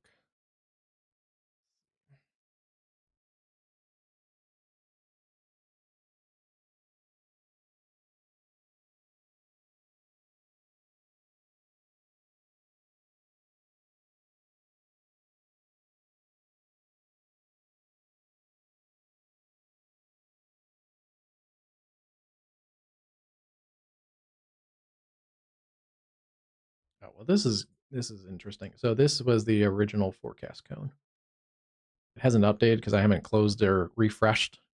So this actually shows the original forecast cone and how far Melissa has deviated from the center of that original forecast cone earlier. Yeah, it's definitely pulled a much heavier northeast movement since it's left Jamaica. But let me see here.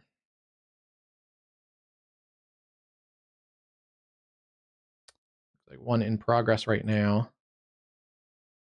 Oh yeah, they're, where are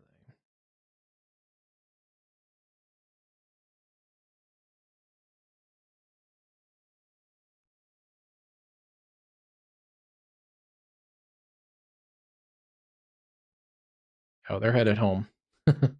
They're in progress, but they're headed home. So let's see. They came in a while ago, made a pass, came back around, got out in front of it, and then made another pass through. So sampling here, the wind shifts in here. So that's good. That's new data that we should get.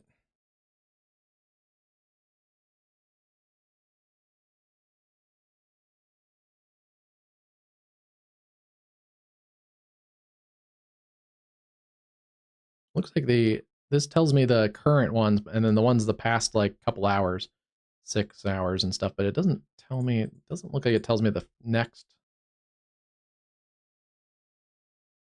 Yeah, it doesn't tell me which ones are coming up.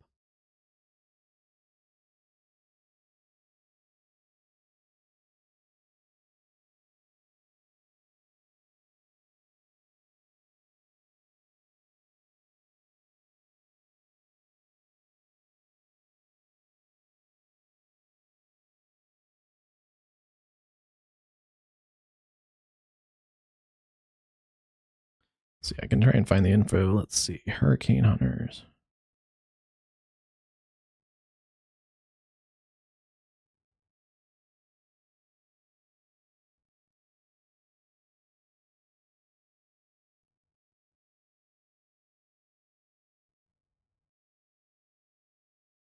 Let me see if they put it in their advisory on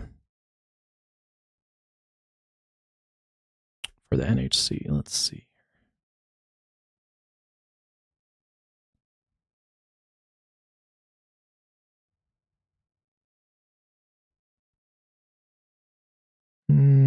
trying to find any info on the fly sometimes is hard. Let's see.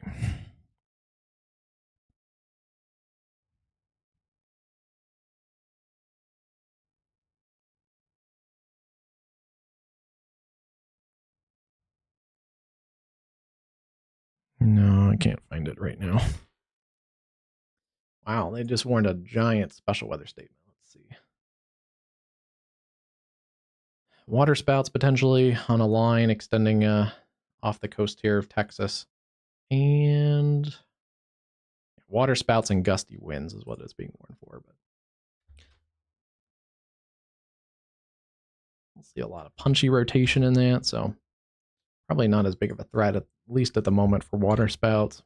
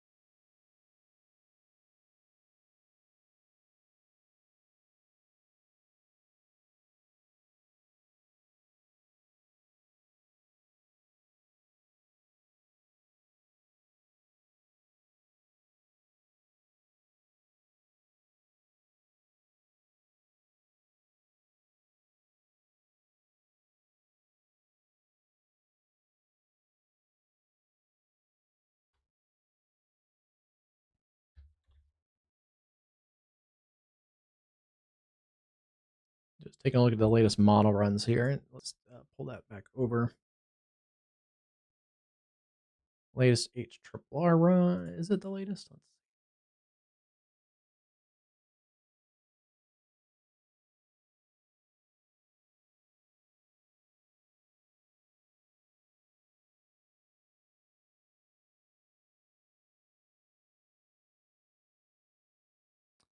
I think we're going to wrap it up. HRRR kind of is reflecting what I was thinking here, just looking at the radar. Still, maybe next hour, still some feisty storms potentially in extreme southern parts of Louisiana. But it looks like it has even these storms up here in north central Louisiana starting to wind down in the next little bit. So without any severe warnings right now, they've trimmed away a ton of our tornado watch has been trimmed off. Basically all of Texas is now out of the tornado watch. Shreveport is out of it across the I-20 corridor. And they should be trimming off most of western Louisiana around Lake Charles, getting cleared out from the severe weather within the next few minutes. Yeah, especially as this cold front passes. A couple showers right along the cold front here.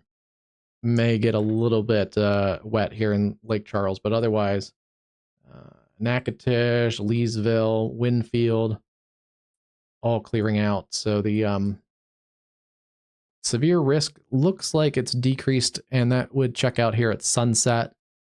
Now we're past sunset, and yeah, the diurnal heating is a lot less. So I'm gonna wrap it up, and then if things go crazy, we'll see you back on, but I don't think they will. And then continue to follow us on WXCastUSA on Twitter or X and Facebook, and we'll continue to post, especially on X, any of these reports that are coming in from Jamaica, though we'll probably get less reports overnight, but yeah, we'll continue to monitor that. Obviously, Cuba, probably not going to get a lot of reports out of that, especially because it's going to be overnight. But also it's Cuba, so we'll try to pass along info that we can. Tomorrow may get a little more information out of the Bahamas. So, and we'll see about all the stream tomorrow. It depends on everything going through the Bahamas. So we'll definitely keep you updated. Stay tuned here. If you're new, thanks for watching, and don't forget to like and subscribe. Click the bell icon, and also check out our morning forecast posts. Usually around somewhere between 8 and 10 a.m. we get out a morning weather brief, and then certainly live streaming severe coverage as well as hurricane coverage, especially when there's U.S. interests. We'll have a lot better hurricane coverage, but yeah, really praying and thoughts and all the support with our friends in Jamaica, because I haven't seen anything, hopefully yet, I haven't seen anything just, really crazy, absolutely just mind-blowing, but I just have a feeling we just also haven't seen some of those places yet. So some of the places I think we've seen have been on the outer areas of the hurricane, and we've seen some storm surge flooding and also some river flooding, but I'm still a little worried what we're going to see here on the western side that really took the brunt of the hurricane tomorrow. So we'll keep you updated. Thanks everyone, and have a safe evening, and we'll see you on the next one.